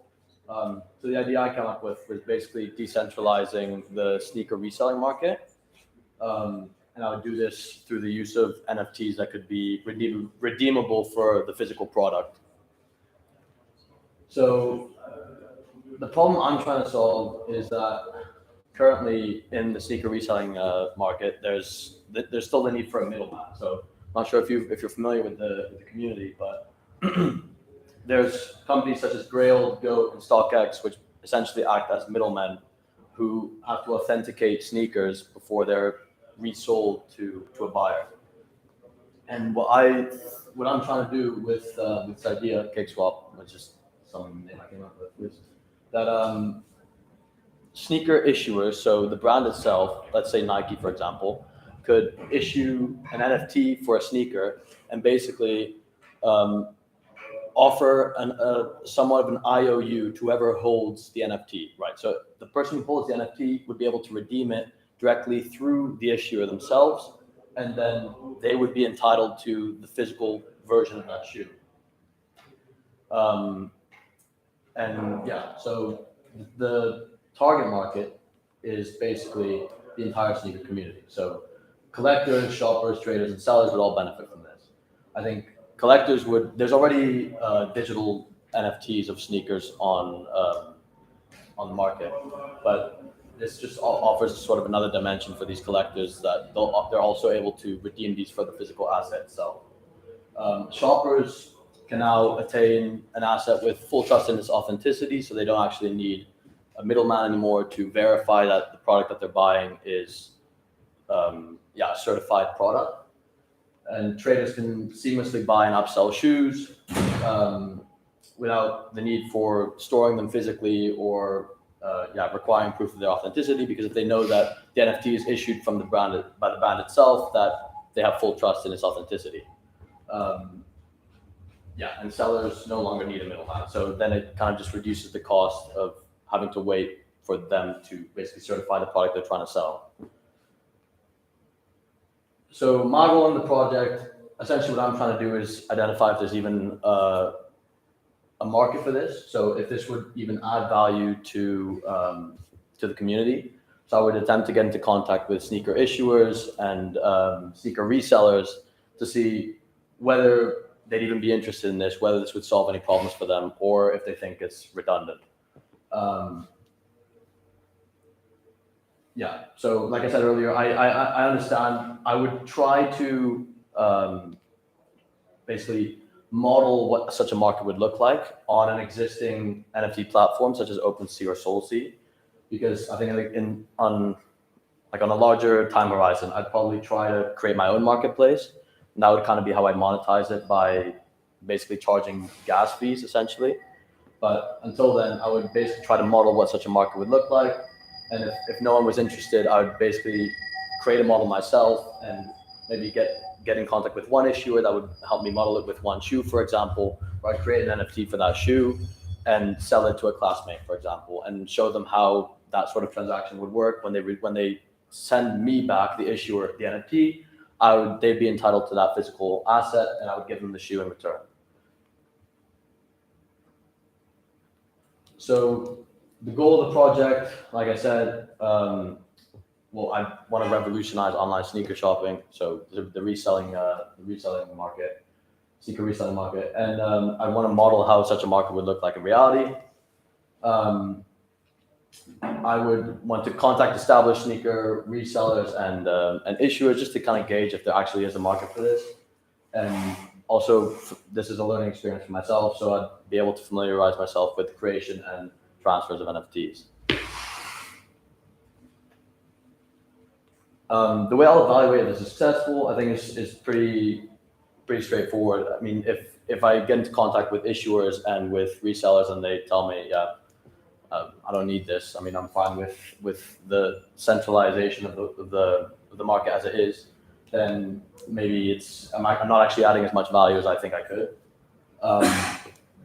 If there's an underwhelming response for this project, I'll know it was unsuccessful. However, if they tell me that there is a market for this, if they think that this would save a lot of costs, sneaker sellers would actually be able to essentially print money by issuing these NFTs and not having to hold the shoes in inventory, because they could basically, by selling these IOUs, they could create these products when they're actually redeemed and they wouldn't have to hold the physical inventory. If they tell me that there's a market for this, then I could pursue this endeavor further and instead of making a hypothetical model, basically try to create my own marketplace and make this reality. So the expected time frame of the project kind of depends on the response I get from said issuers and resellers. If there is a market fit, then this could be something I pursue further. Otherwise, the time frame would simply be the duration we have for this project. So basically end in January, and within that time frame, I'd basically model what the market would look like amongst my classmates. So thank you for your attention, and I'm open to any feedback.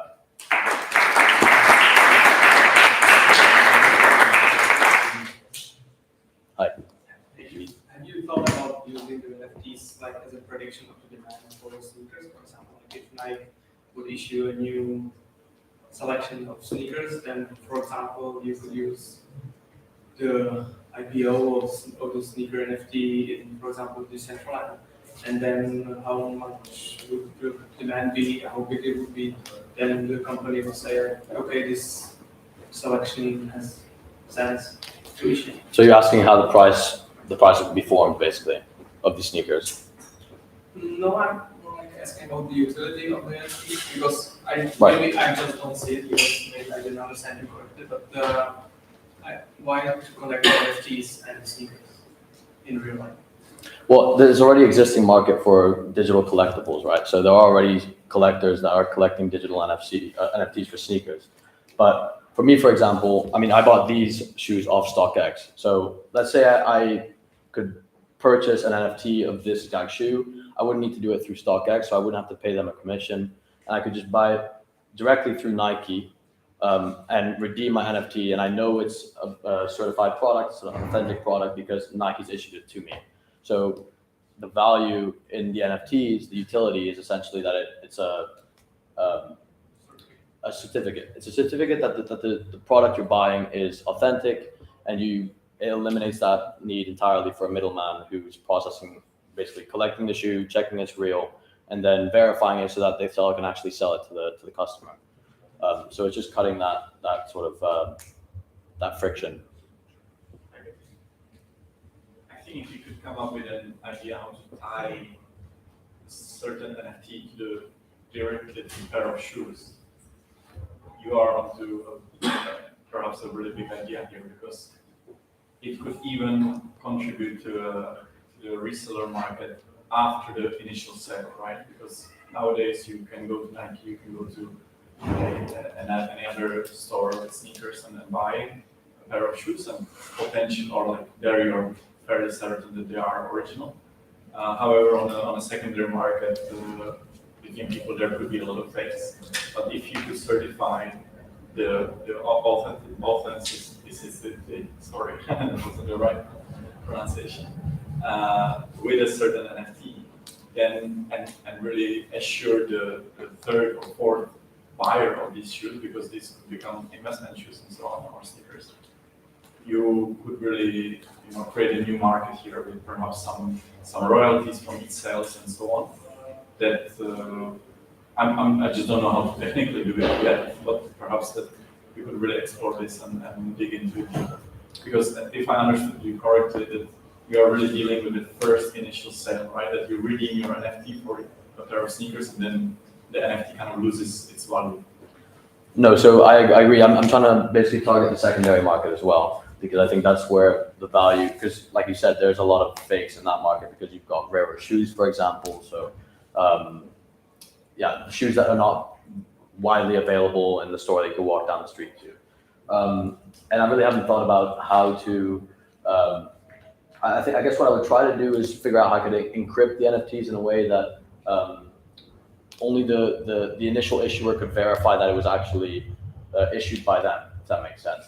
So then the NFT would basically, it would be, I don't know, in the form of a QR code, for example, or an encryption key that would certify that that is a product that was, verifiably issued by the sneaker seller itself. But like you said, I have to wrap my head around the technical side of that as well. Right. Yeah, because then, how do you connect it to the specific Yeah, shoes? yeah. Because if it's only a primary market, yeah. You can put an NFC chip and pair it to the Like I said, I have to look into the technical side of it. Last question. Yeah, for that I would check for this technical part, VeChain, which is the blockchain I was focusing on this. Okay. And other than that, I'm not really sure if it solves the third-party issue, because when I imagine it, firstly, it's difficult to connect NFT to some legally binding action or law, especially on a global scale, not just one country. So it's doable, but it's difficult. The second part is, let's say I buy an NFT from Adidas. Okay, so I have the right to get the new sneakers. Okay, I burn the NFT or I send it back. I get the sneakers from them. It's a big company, I put some sort of guarantee that they will do it. Okay, so now I got the sneakers, but basically the NFT doesn't play. How does this help the third market? Or even if I still have the NFT or I would try to resell it to someone, the NFT wouldn't guarantee them anything. The shoes are in a good state or anything. You still need a third party or someone to change the shoes, physically in what state they are. This wouldn't help this issue at all, at least from my perspective.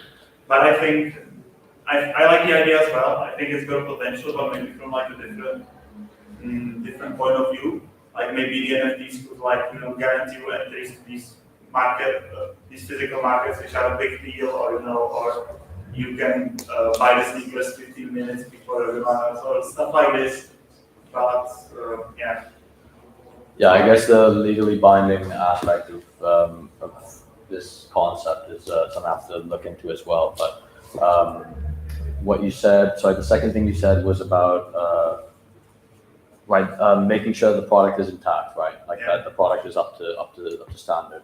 I think if you're primarily working with big companies such as Nike, such as Adidas, you mentioned, they have a brand image to uphold as well. So I don't think they'll be, if they're legally bound to basically provide that product after the NFT's been redeemed, then I guess the incentive to provide a product that's up to standard would just be to maintain their brand image, right?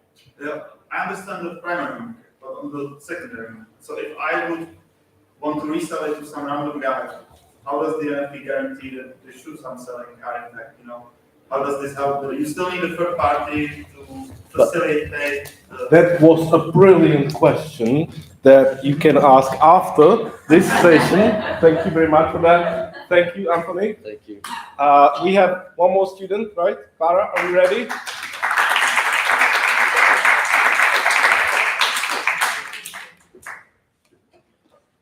So, is there anyone else who will present? Peter, at the end, there will be a very, very short presentation, about 2 minutes after this one. Just 2 minutes, a very short pitch of students, not of this course of us, ours, Bitcoin and blockchain, but they write theses, bachelor and diploma theses about crypto. So a very short pitch after this one, but now a full pitch. Yeah, the clicker, sorry.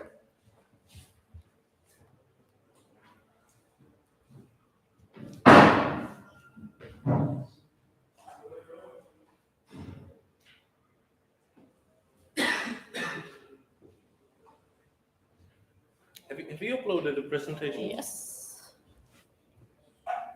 When? Today. Yeah. Good. Okay. So, hello.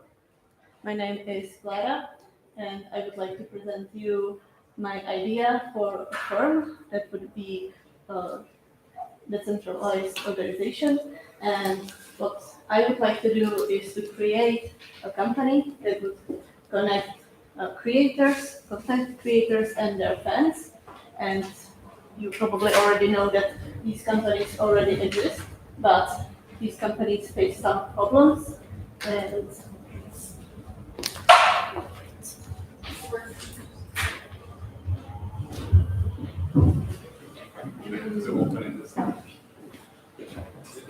You can use the mouse. Like this. so basically what I did was a research on what content creators face as a problems and what they perceive, what they think are the main problems that currently the platforms do not provide a solution for.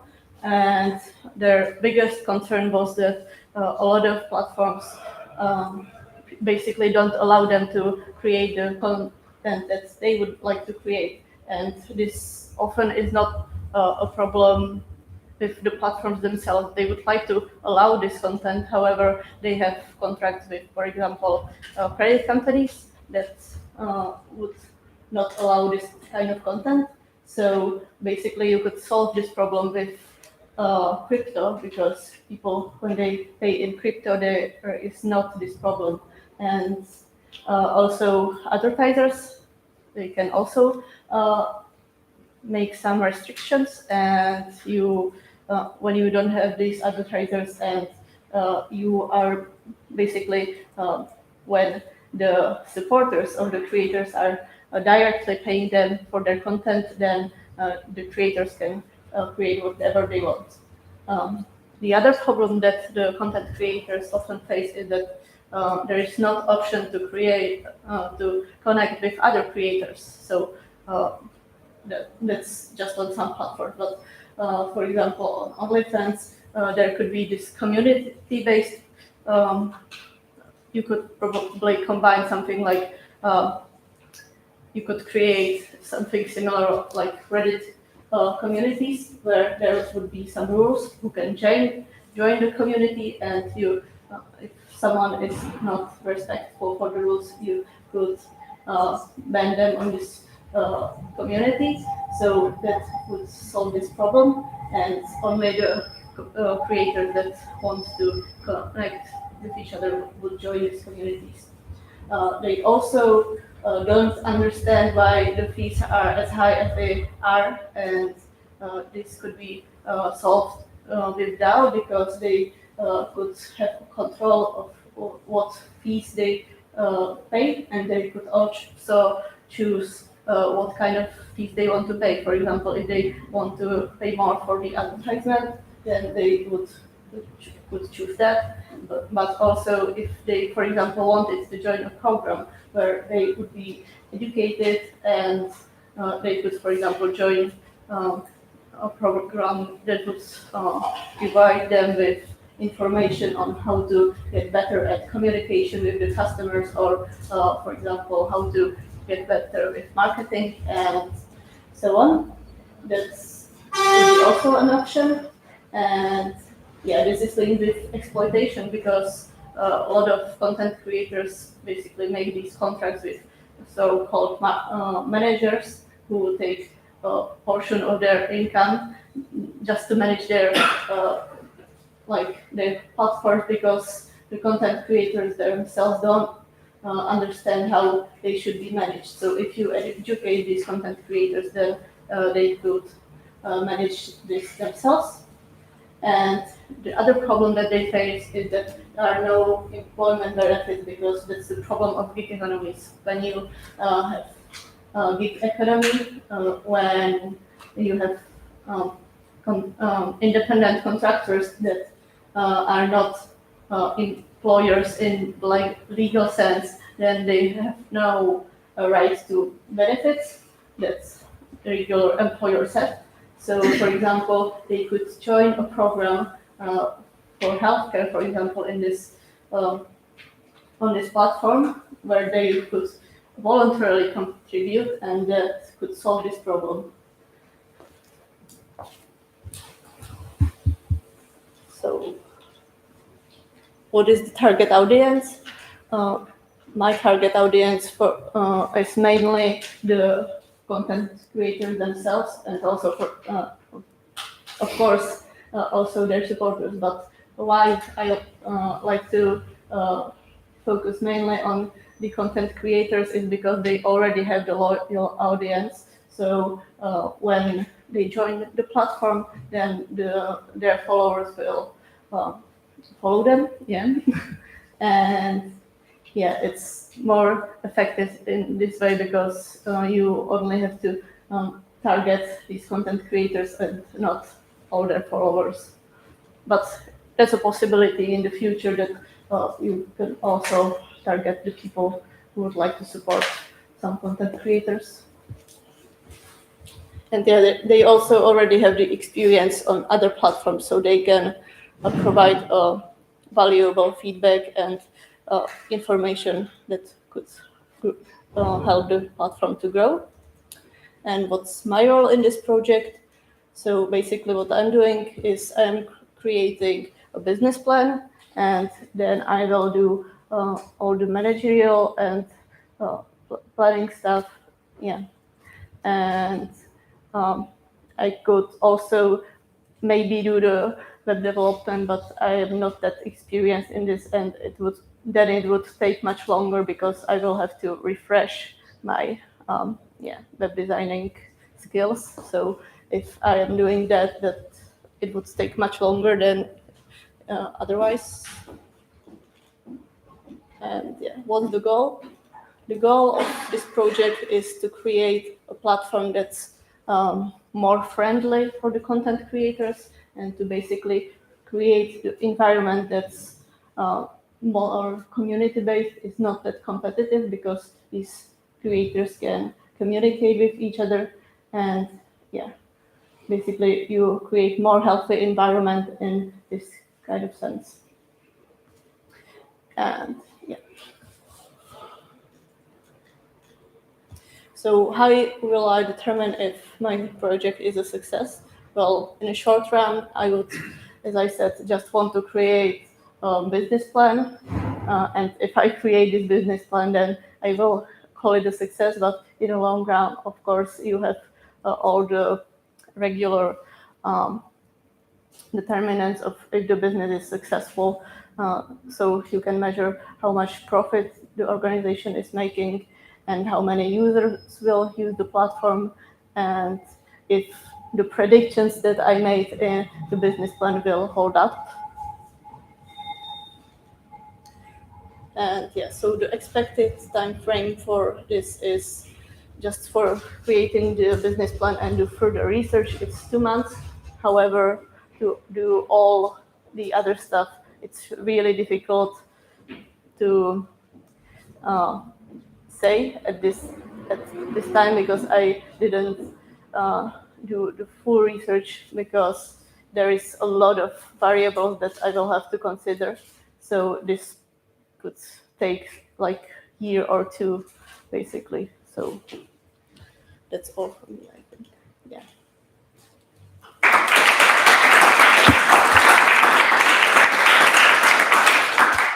Have any questions or comments? Okay. Yeah.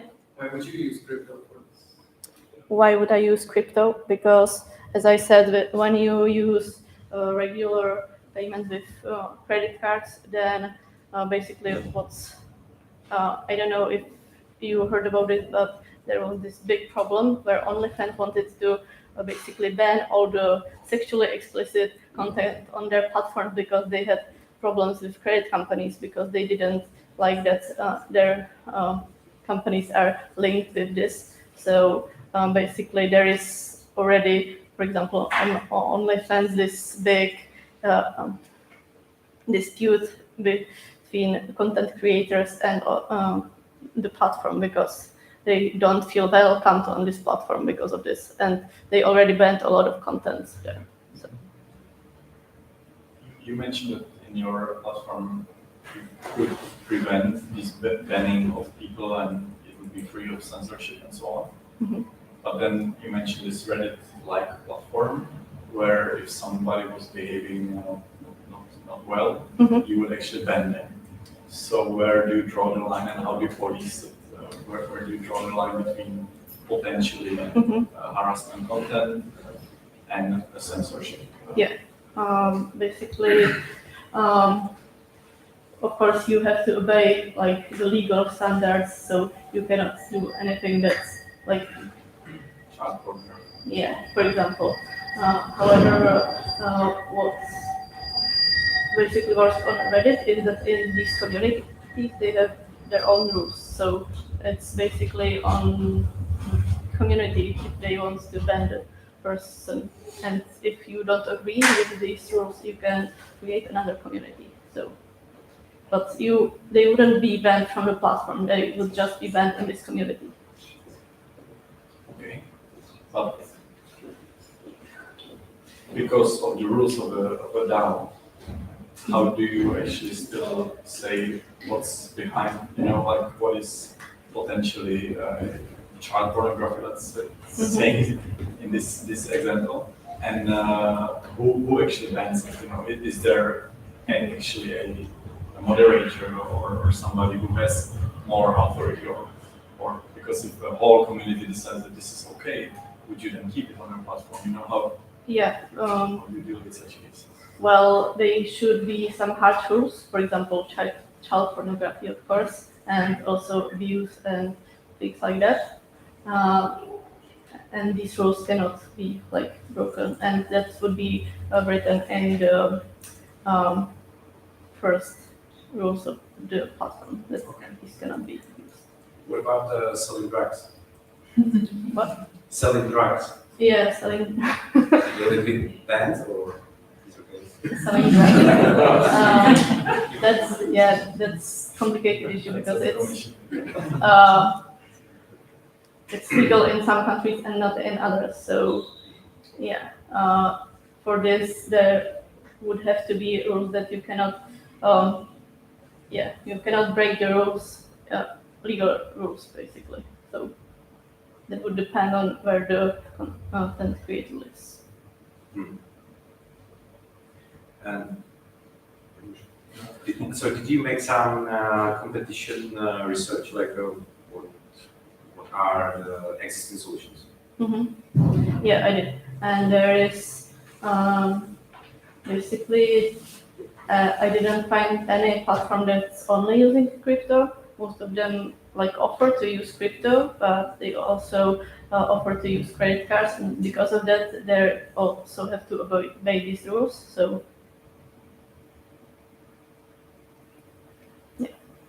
I think there was once, I don't know if it's still running, but there was once something like a similar, like a Reddit, maybe it's the same meaning, but I forgot the name. Where you basically you can share the post there, and other people uploads, and if you have a lot of uploads, you earn more money. I don't know if you came across this. no, I didn't. No, I think it's still running, but I forgot the name. It's for fortune. So it was pretty small, like Reddit, but it is used to have like a minimum 2 tokens, and one could raise, and another was just like It's not called Steam. Steam, yeah, yeah. So Steam. Yeah, Steam. Steam. Steam. Steam means, I think the domain was like STEAM. Yeah, Steam was the valid platform, and Steam was one of the currencies, and there were 2 others. It was very complicated, maybe overcomplicated. Yeah. But we used Steam in this course. Before the students published some projects on Steam platform, but later we found out that it's better to use the normal Medium. Is that right? First Google. Oh. We used Steam, but then we switched to Medium, right?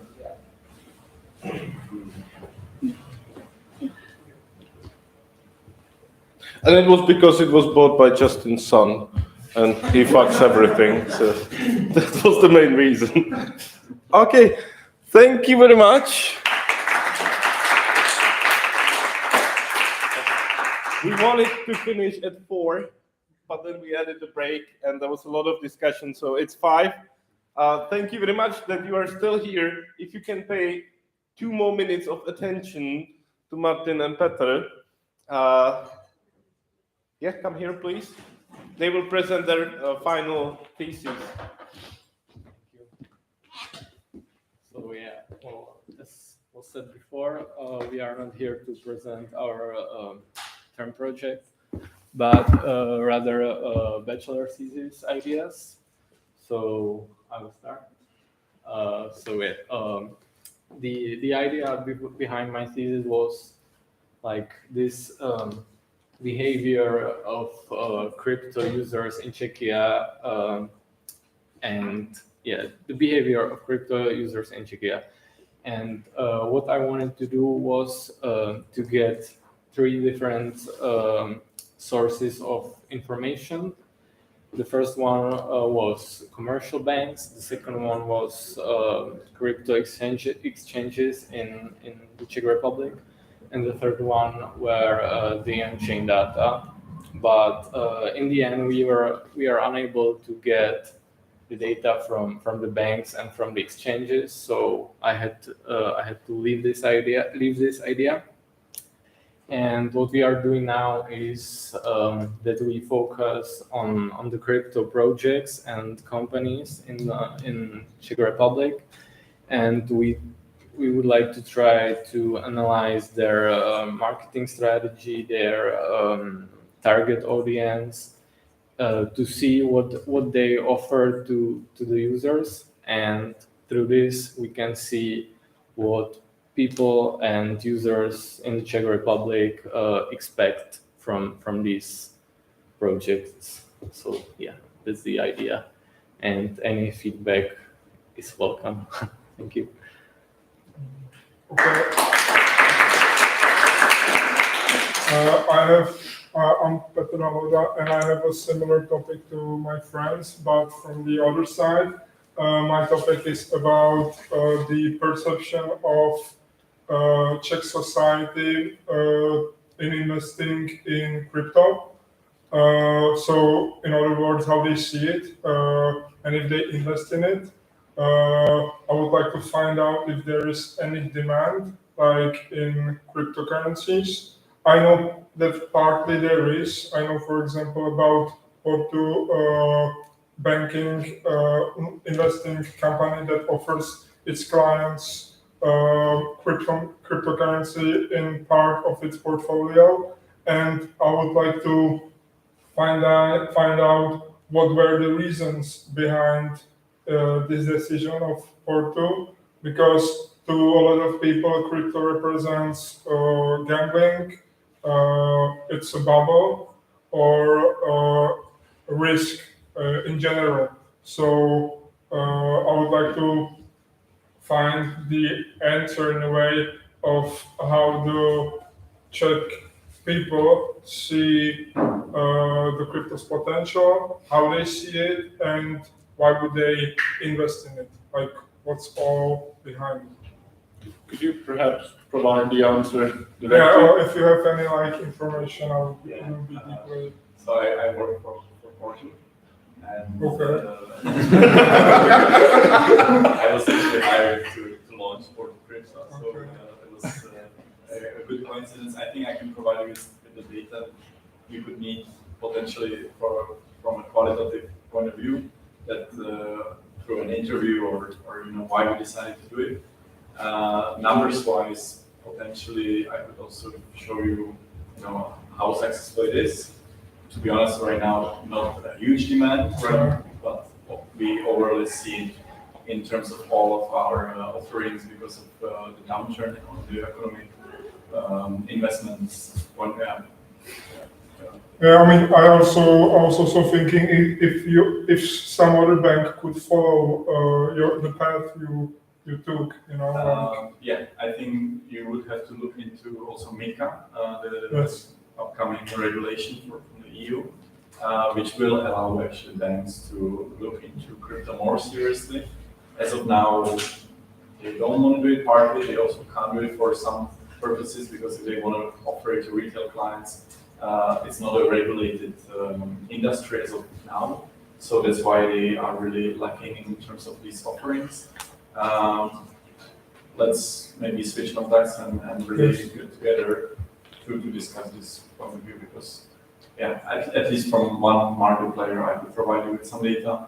Potentially, I would look into Fumbi as well, which is another Czech and Slovak platform offering crypto directly, and we could, discover how. I would just firstly also wanted you to decide what you want to find, like what is the question you wanted to answer, right? And then you can look into it more deeply. Thank you. Thank you very much, guys. Thank you very much, guests. That's it. We have a couple of more videos of the students who couldn't come because they are consulting some things in Norway, but we will upload it to our course's YouTube channel. So if you are interested in it, you can just check it. Have a great evening. And thank you again.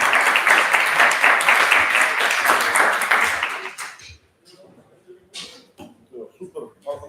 To za stolik, po hodinu. To bylo tak hrozný.